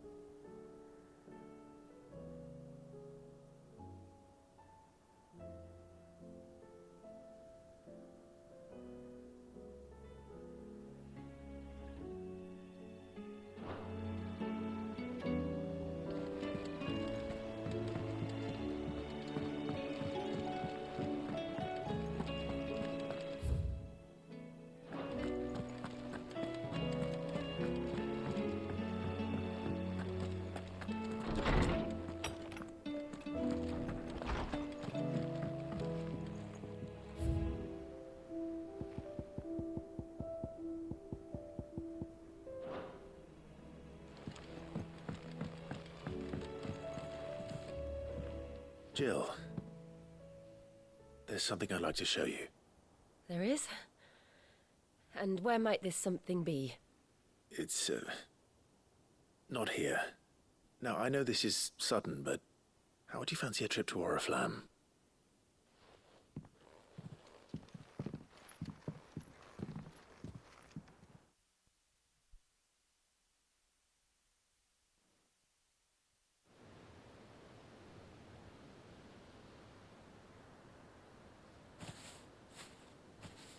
There are so many. This is what you wanted to show me.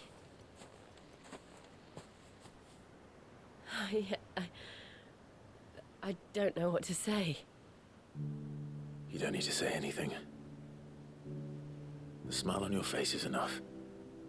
We've been worried about you, Joshua and I. Do you remember when I took you to Man's Hill? Or tried to? How could I forget? You saw me crying and thought a change of scenery might lift my spirits. In the end, it earned me a nasty cough and a stern scolding from your mother.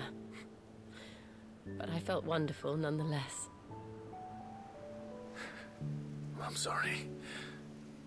I had no idea what I was getting us both into. But I couldn't bear to see you like that.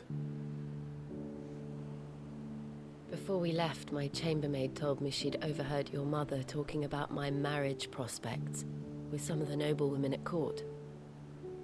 They were debating whether it would be more profitable to marry me off to one of the high houses instead of saving me for the ducal line. No one thought to ask me what I wanted. I was nothing to them. A pawn at best. I felt so trapped, so lonely. I didn't know. But I wasn't alone. You were there. Your hand in mine as we ran for those oaks. And I knew then, no matter what happened, I would be all right. I'll never forget that feeling.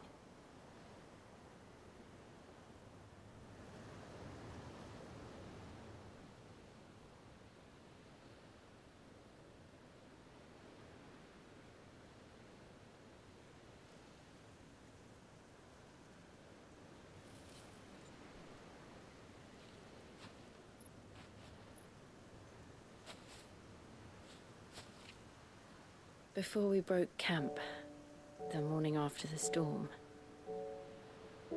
do you know what I did? No? What? I slipped away from my governess to climb the tor.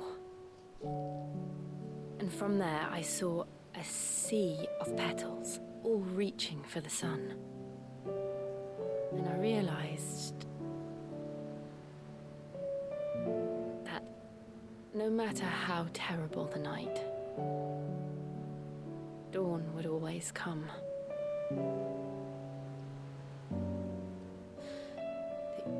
That you would always come for me. And you have. Again and again.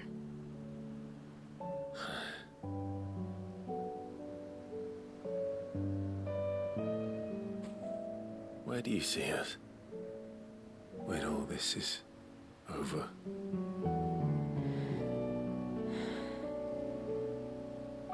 I don't know.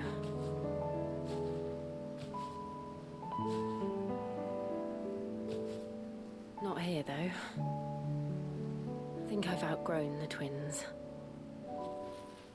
After everything we've been through, the realm just seems so small. I'll need some space to spread my wings. Then that's what you'll have. And I'll stop at nothing to see that you do.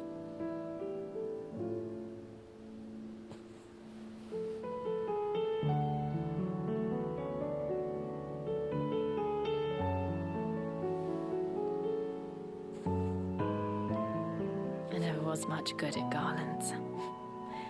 But it'll have to do. I'll treasure it forever. Thank you, Clive. For this, the flowers, for everything. It's exactly what I needed. You are my treasure.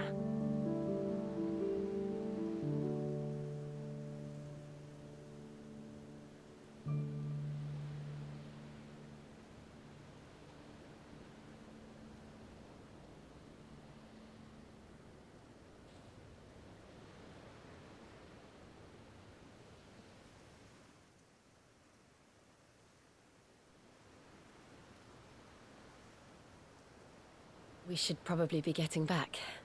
I expect the others are wondering where we are. You're right. There's still much to do. And we'll do it together.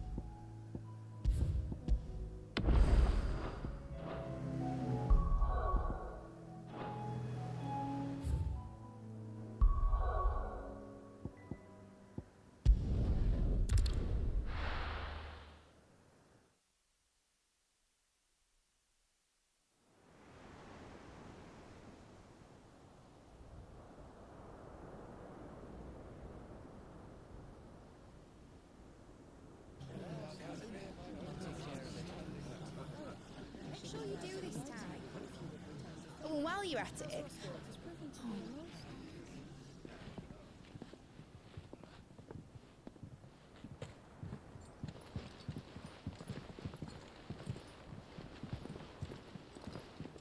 Clive, if you see me dad up there, tell him we were right to leave his legacy with you. Tell him he'll be in the front row. There's no way he'd miss this. Well, behave yourself, Mid. We'll see.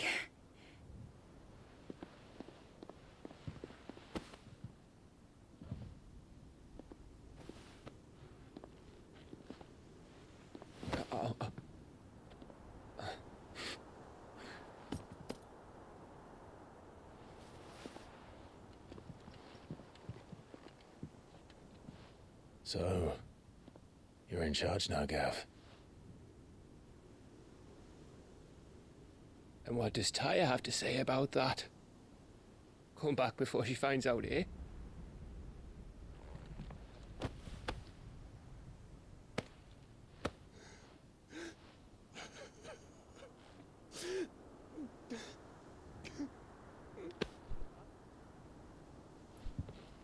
Thank you, Yote. I'm sorry. Your Grace, I shall pray for your safe return. That's kind of you. But you should pray he took his medicine. I didn't spend all night grinding herbs for his lordship to leave them on his nightstand. Again. You needn't fear, Lady Tyre. And thank you. See that your brother comes back in one piece. Or, at most, two. Any more and you can heal him yourself.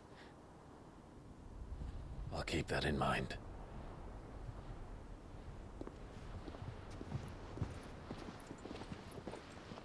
Well, there's nothing to say that hasn't already been said. But that's never stopped me before, so just you do what needs doing. And don't worry about us. We'll do our best, Uncle. That'll be well. If that is all? Not quite.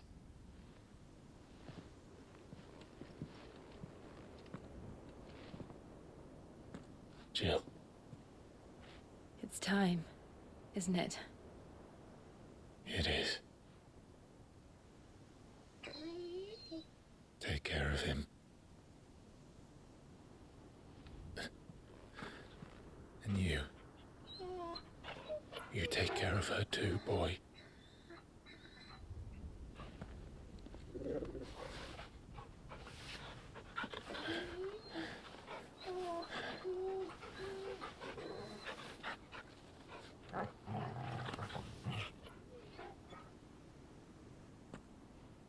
Don't forget, Clive. We all choose our own path. Believe in yours. I do.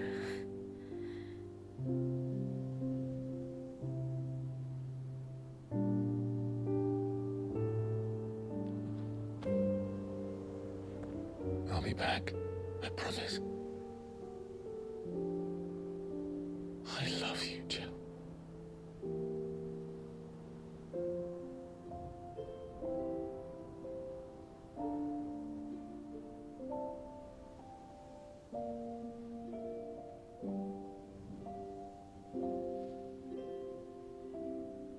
I know. I love you too.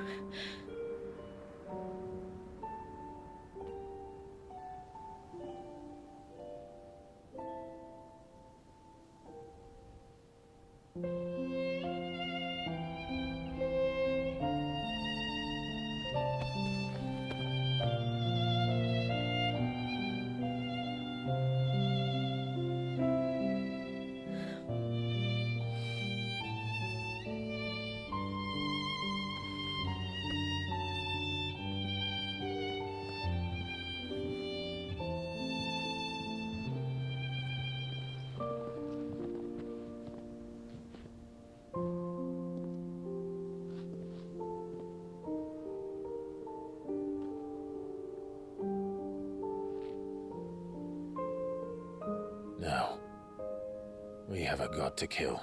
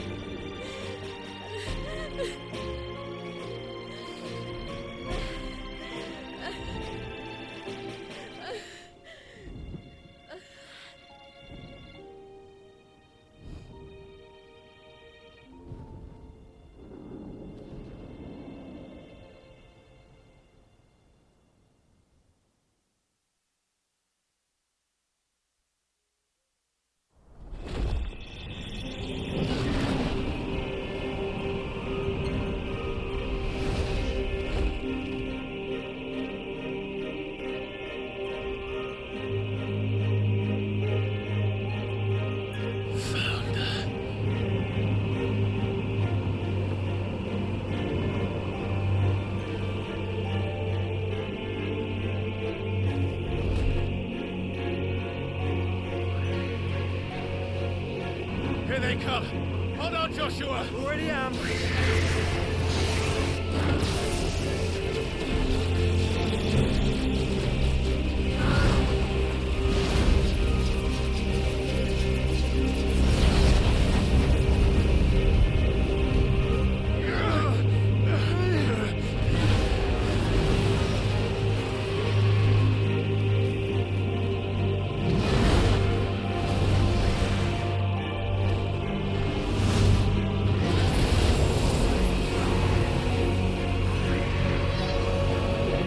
To make us a way in.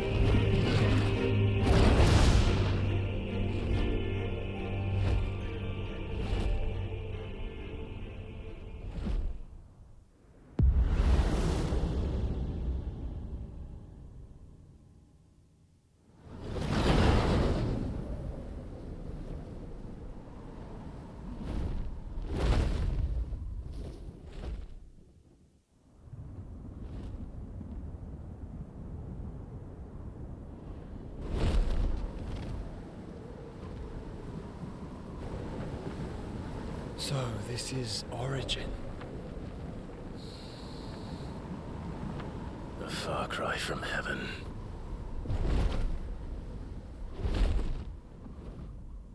Where it all began, where it all begins, our ark. Your architect. There you are. It was here that we slumbered. Here that we waited for centuries, clinging to our decrepit shell, for fear that we might have need of it once again. But you have come at last.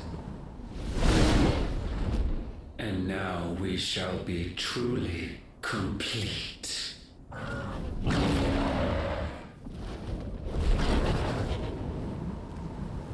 Well, there's 3 of us and 1 of him. Let's make it count.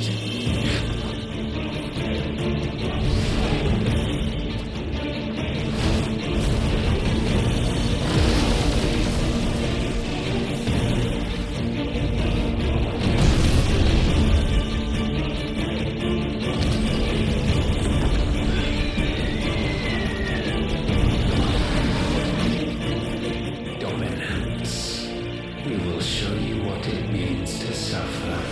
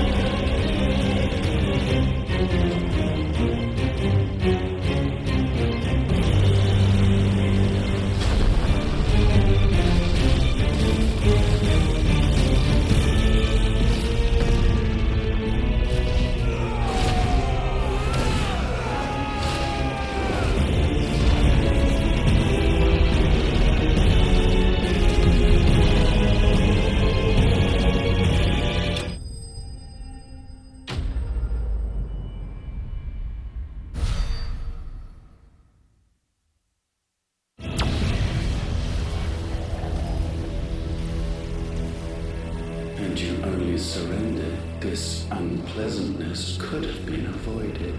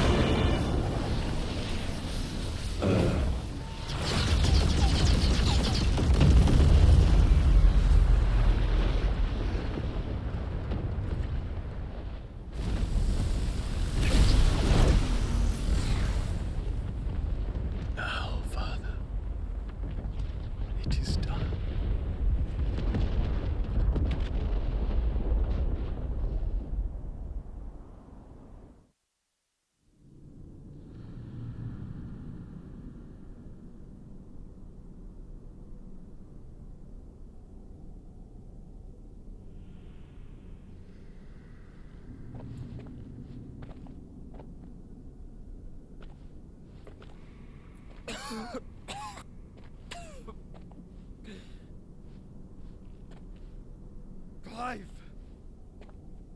Clive!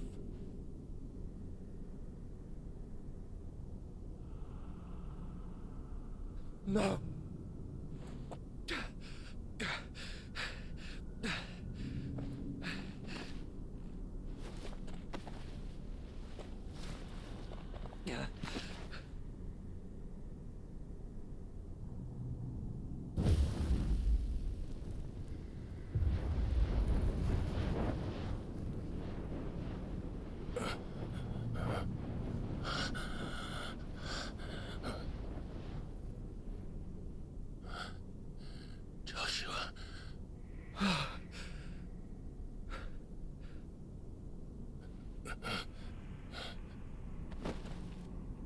Thank the Founder.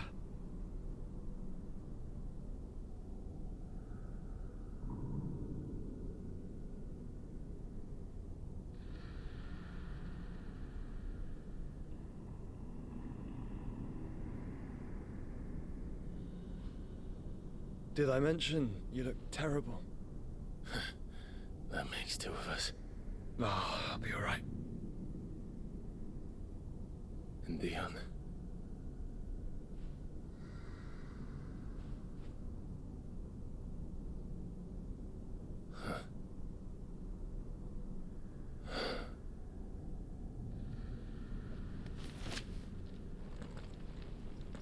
Take my hand. I told you, I'll be...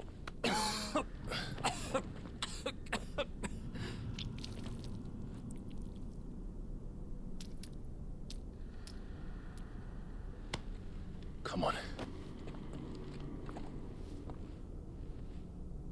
Thank you.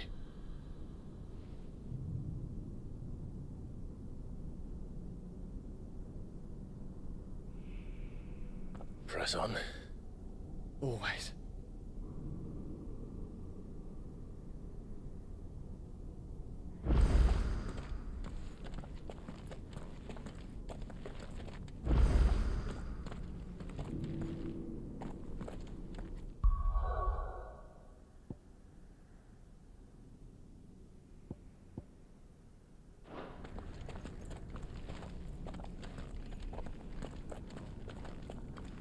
I'm sorry about Dion. Don't be. Please. He did what he had to do. And it's time we did the same.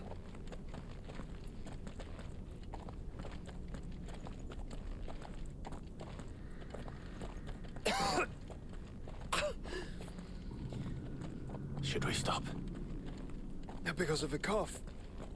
No, I think we're past that, Clive. I suppose we are.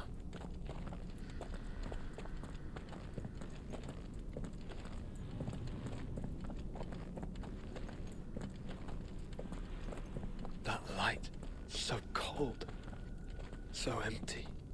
We're close, aren't we? It, seems that way. But I don't want to think what could be waiting for us in there. Then think instead of those waiting for us at home.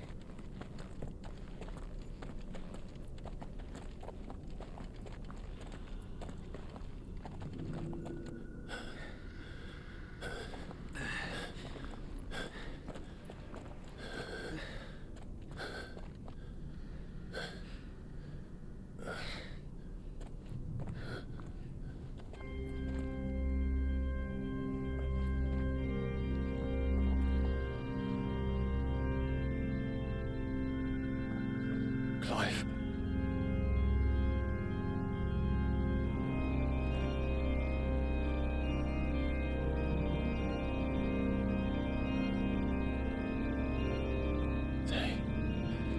They can't be. But they are. This is the Nexus. A wellspring of life. Yours and ours.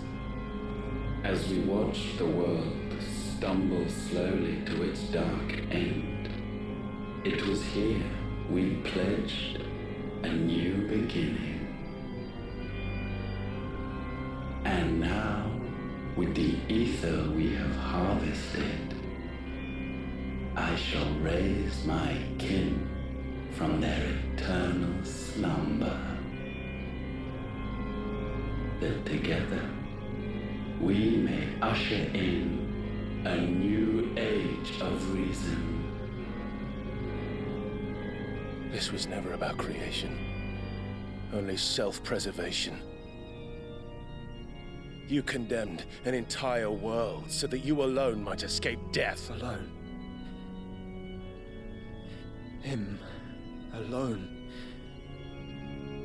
Clive. I think I understand.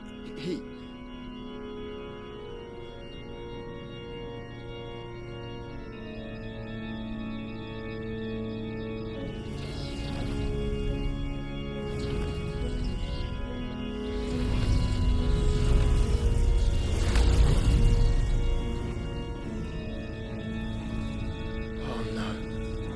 They sacrificed their flesh to become beating hearts of crystal that pumped the land's lifeblood from the depths of the earth unto this very chamber. And thus would they labor still, long after their work was done, had you not set them free.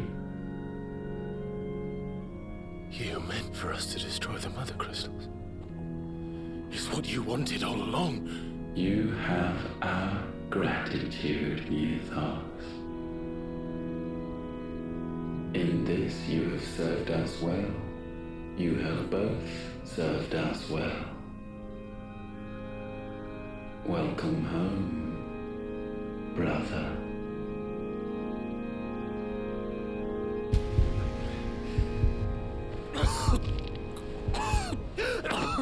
Joshua.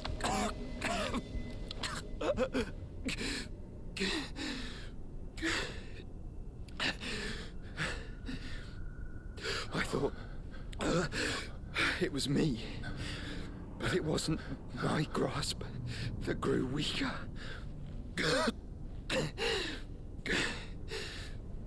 It was theirs that grew stronger.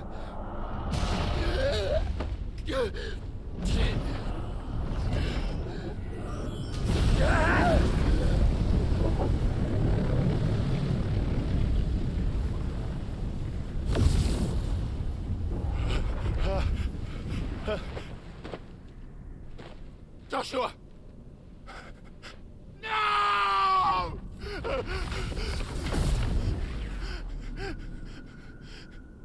And now we can become one.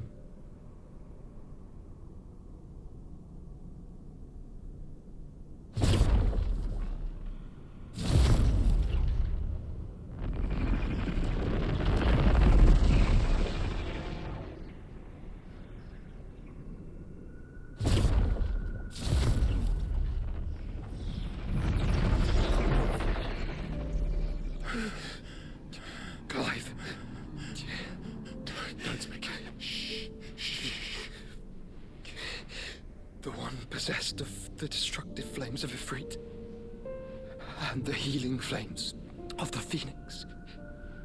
This, I once believed, would be Ultima's true form. But I was wrong.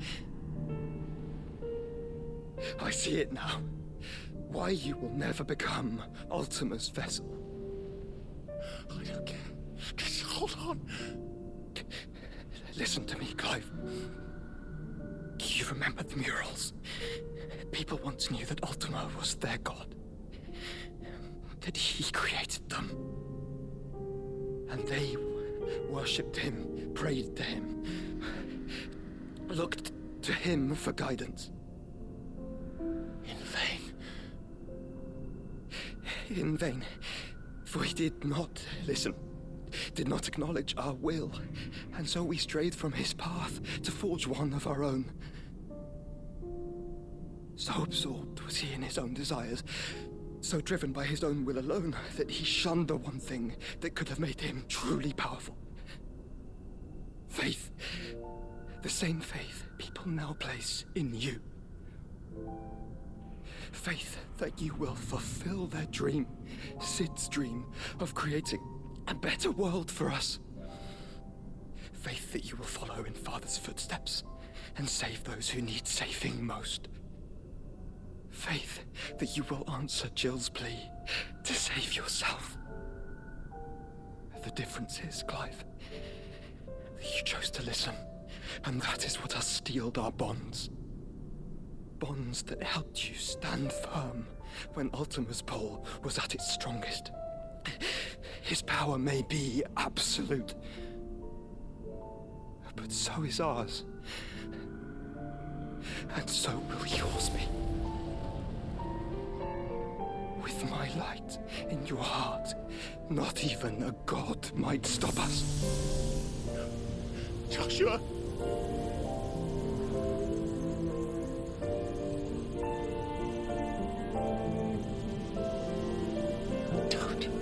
Don't do it, you'll... Enough, Clive.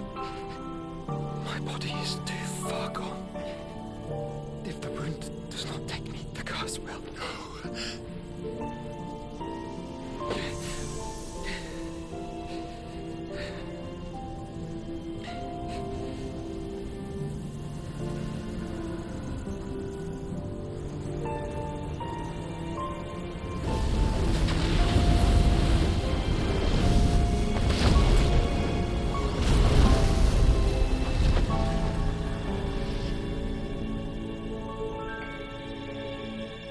I have always been proud to call you my shield. But now, it is the world that needs you.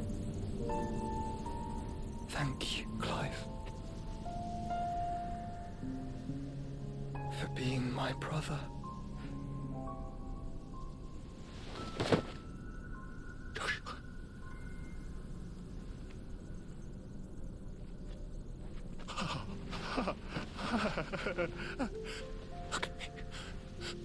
me, Joshua.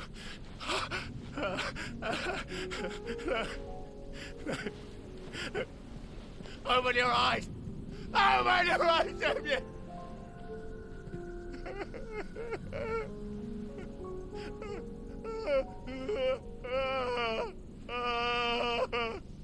Why? Why did you do this? Joshua!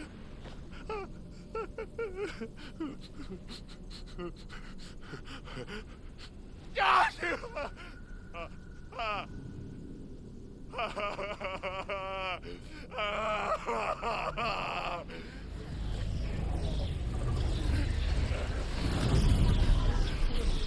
And thus does the final piece fall into place. The incantation primed, but one task remains. To empty the vessel.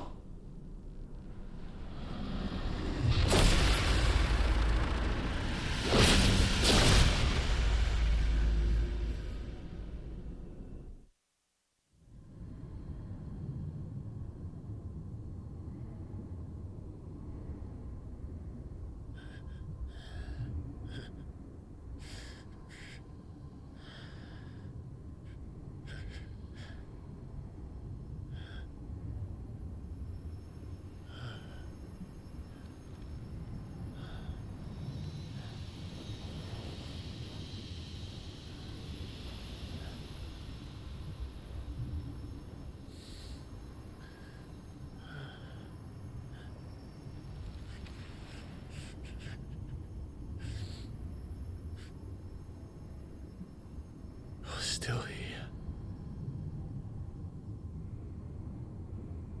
With me to the end. Even now, you would deny the inevitable.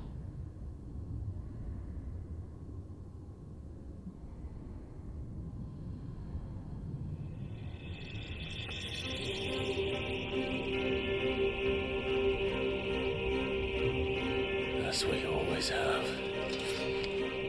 And always will.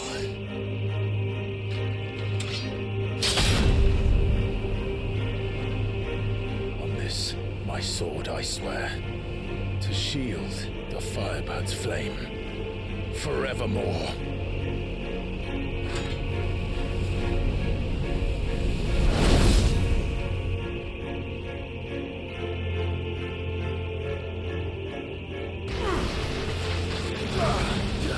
Nice try.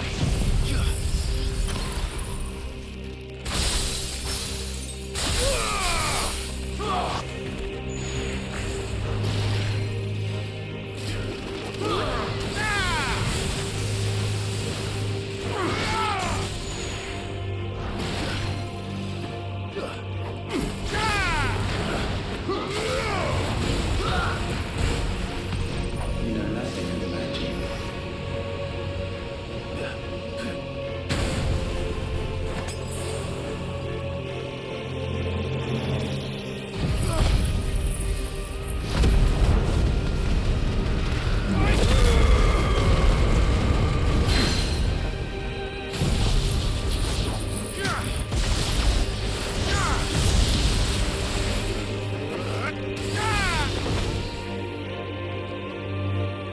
Countless centuries have I waited for this moment. This moment in which I might revel in my creation, only to find it profaned and soiled. It must be cleansed.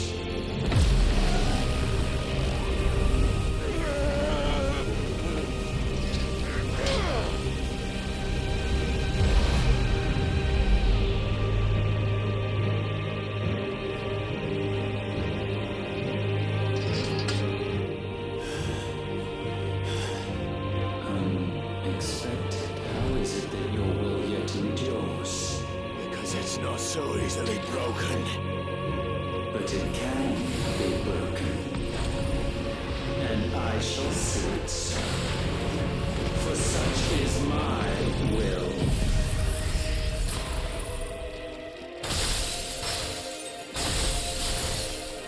try it.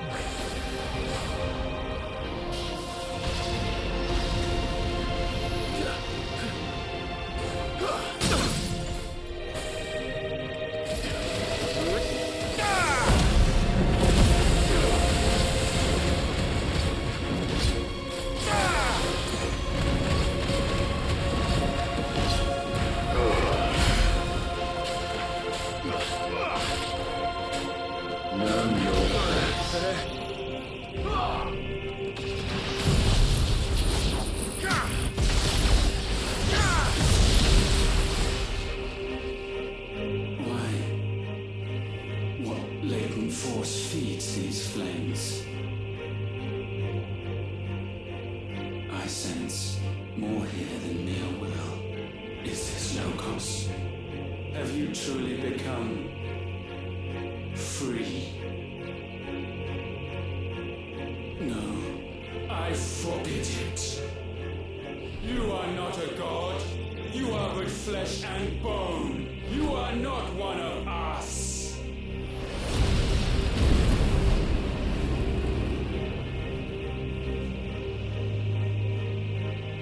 I created you, all of you.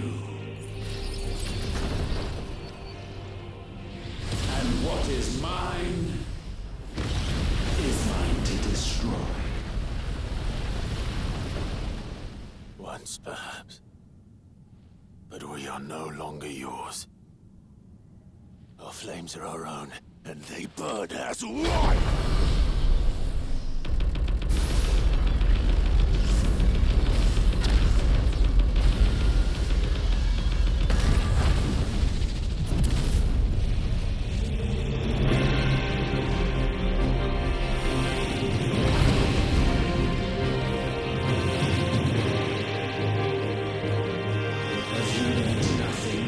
Damned is the slave who will turn the spirit upon his master.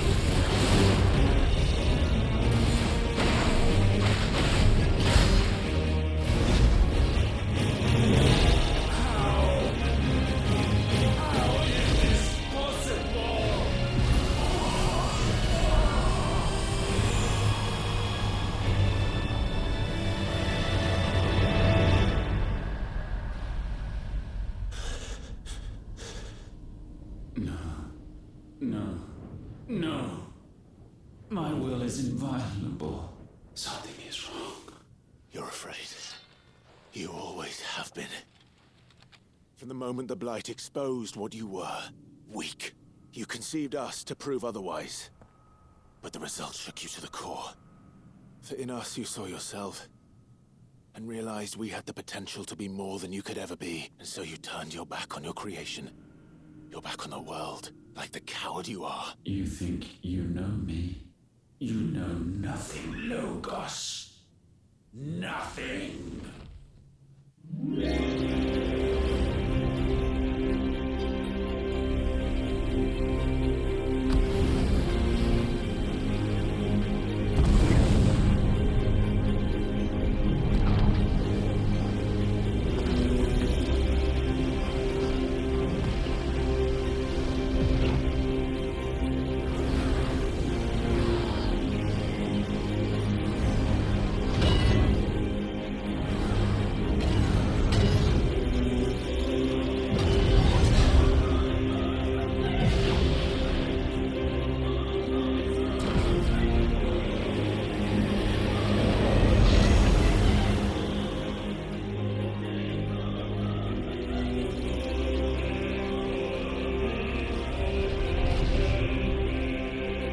Bathed in light, I stand above you, my rebirth complete.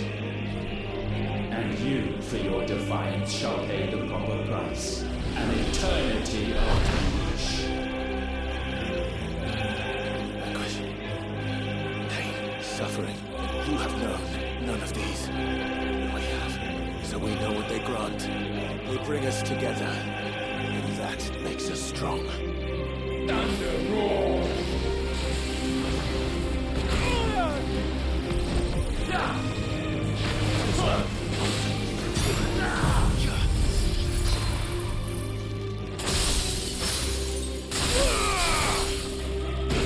My will be done.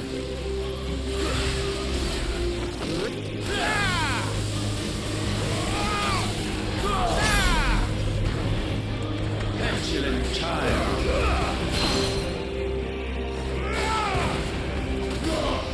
Tremble.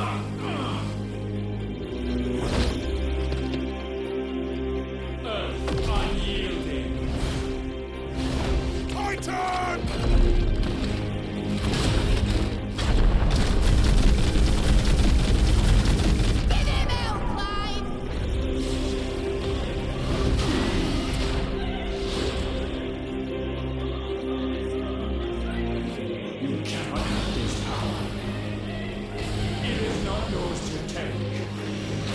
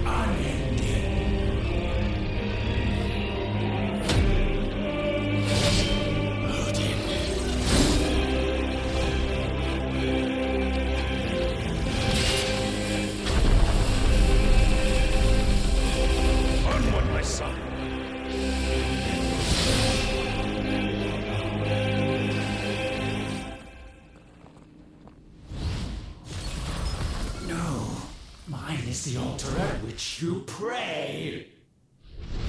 Mine are the eyes that look down upon you all. And yet still you cannot see. You are no better than us. We are one and the same. We are not the same.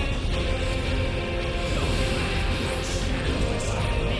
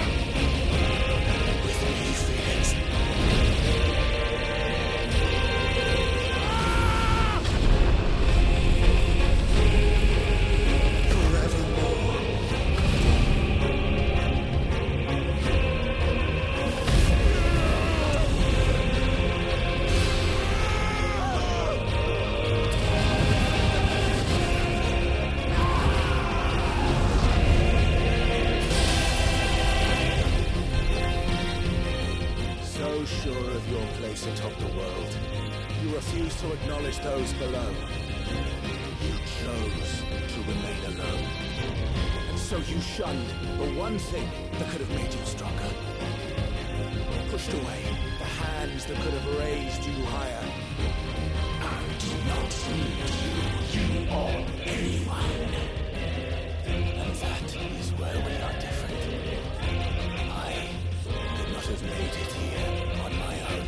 I carry with me the hopes and dreams of my brothers, my sisters.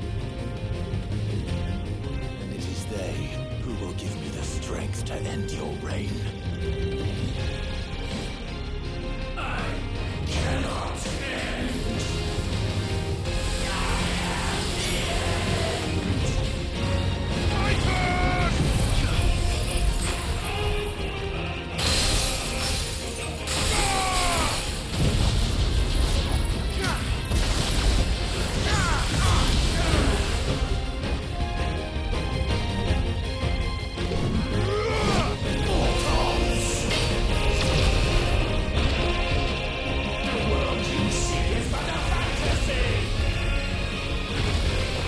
The only fantasy here is yours. And we shall be its final witness.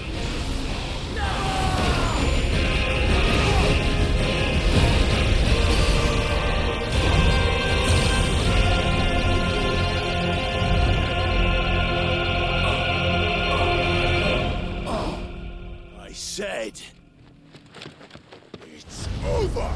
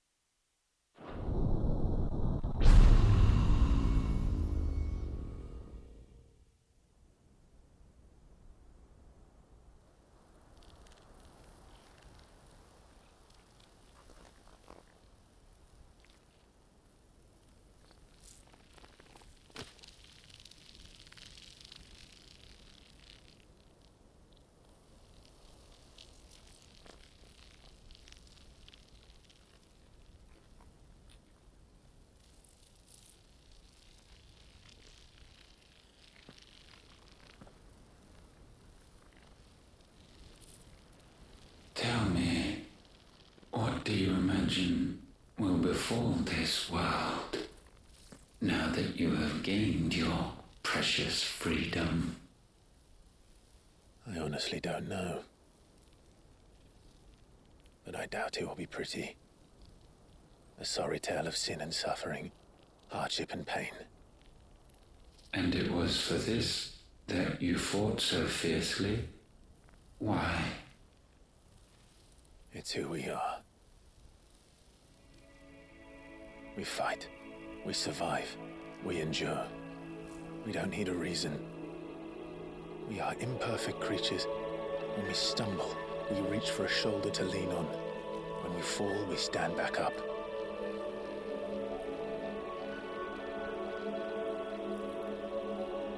We see the horizon, ever out of reach, and still we march on.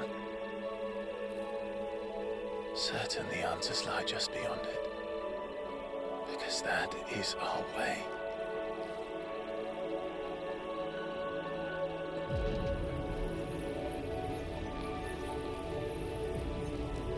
My congratulations.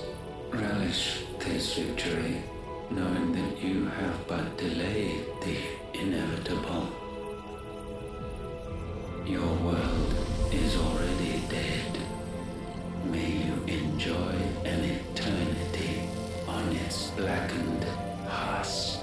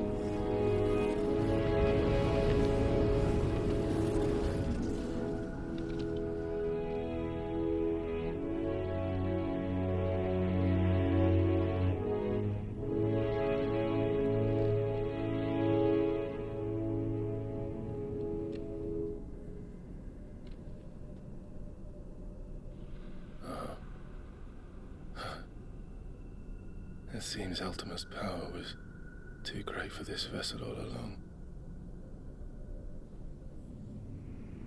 But while I have it, perhaps I can use it to set things right. And see Ultima's legacy. Bearers, dominance, crystals, magic, consigned to the flames.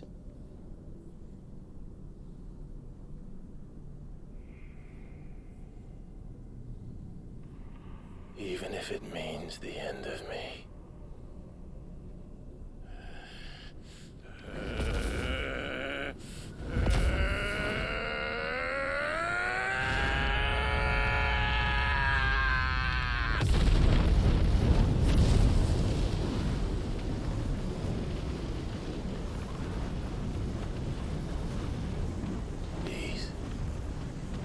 These are our terms.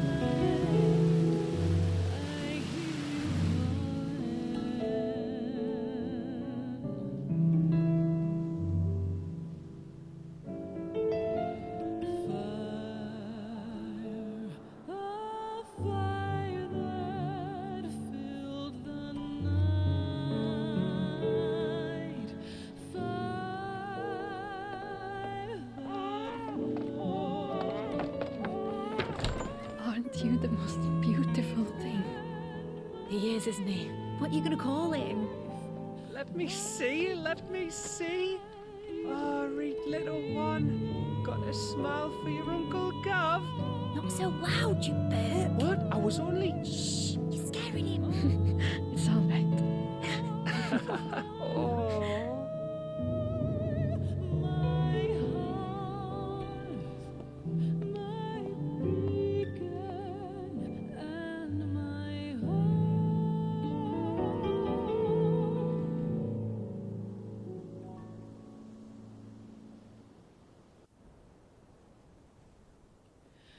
A sky of scattered tears, 1,000 years apart. Should they fade, I will not be afraid of the dark. For If you need a rest, I can take him. I'll hold you to that.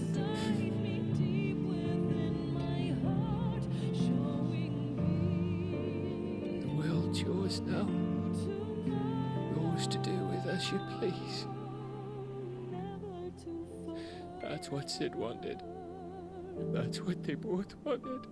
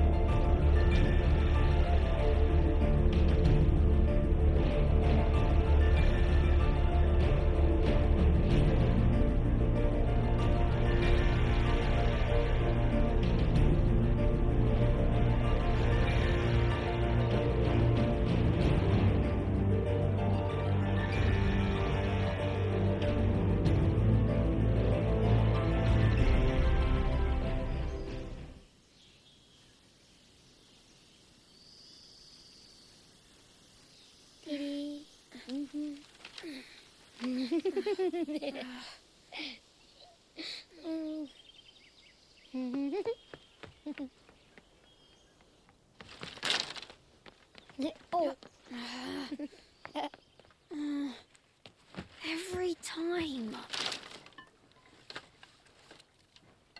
Will you light it? Yes, Mother.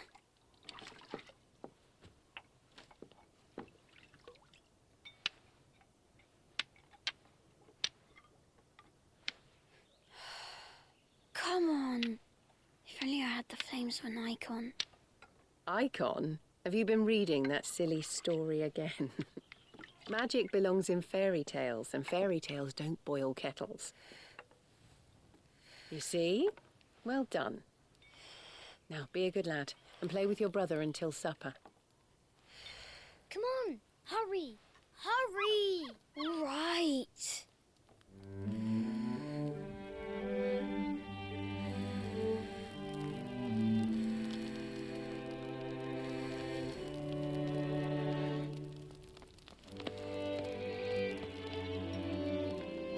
Right, let's play the Saint in the Secretary.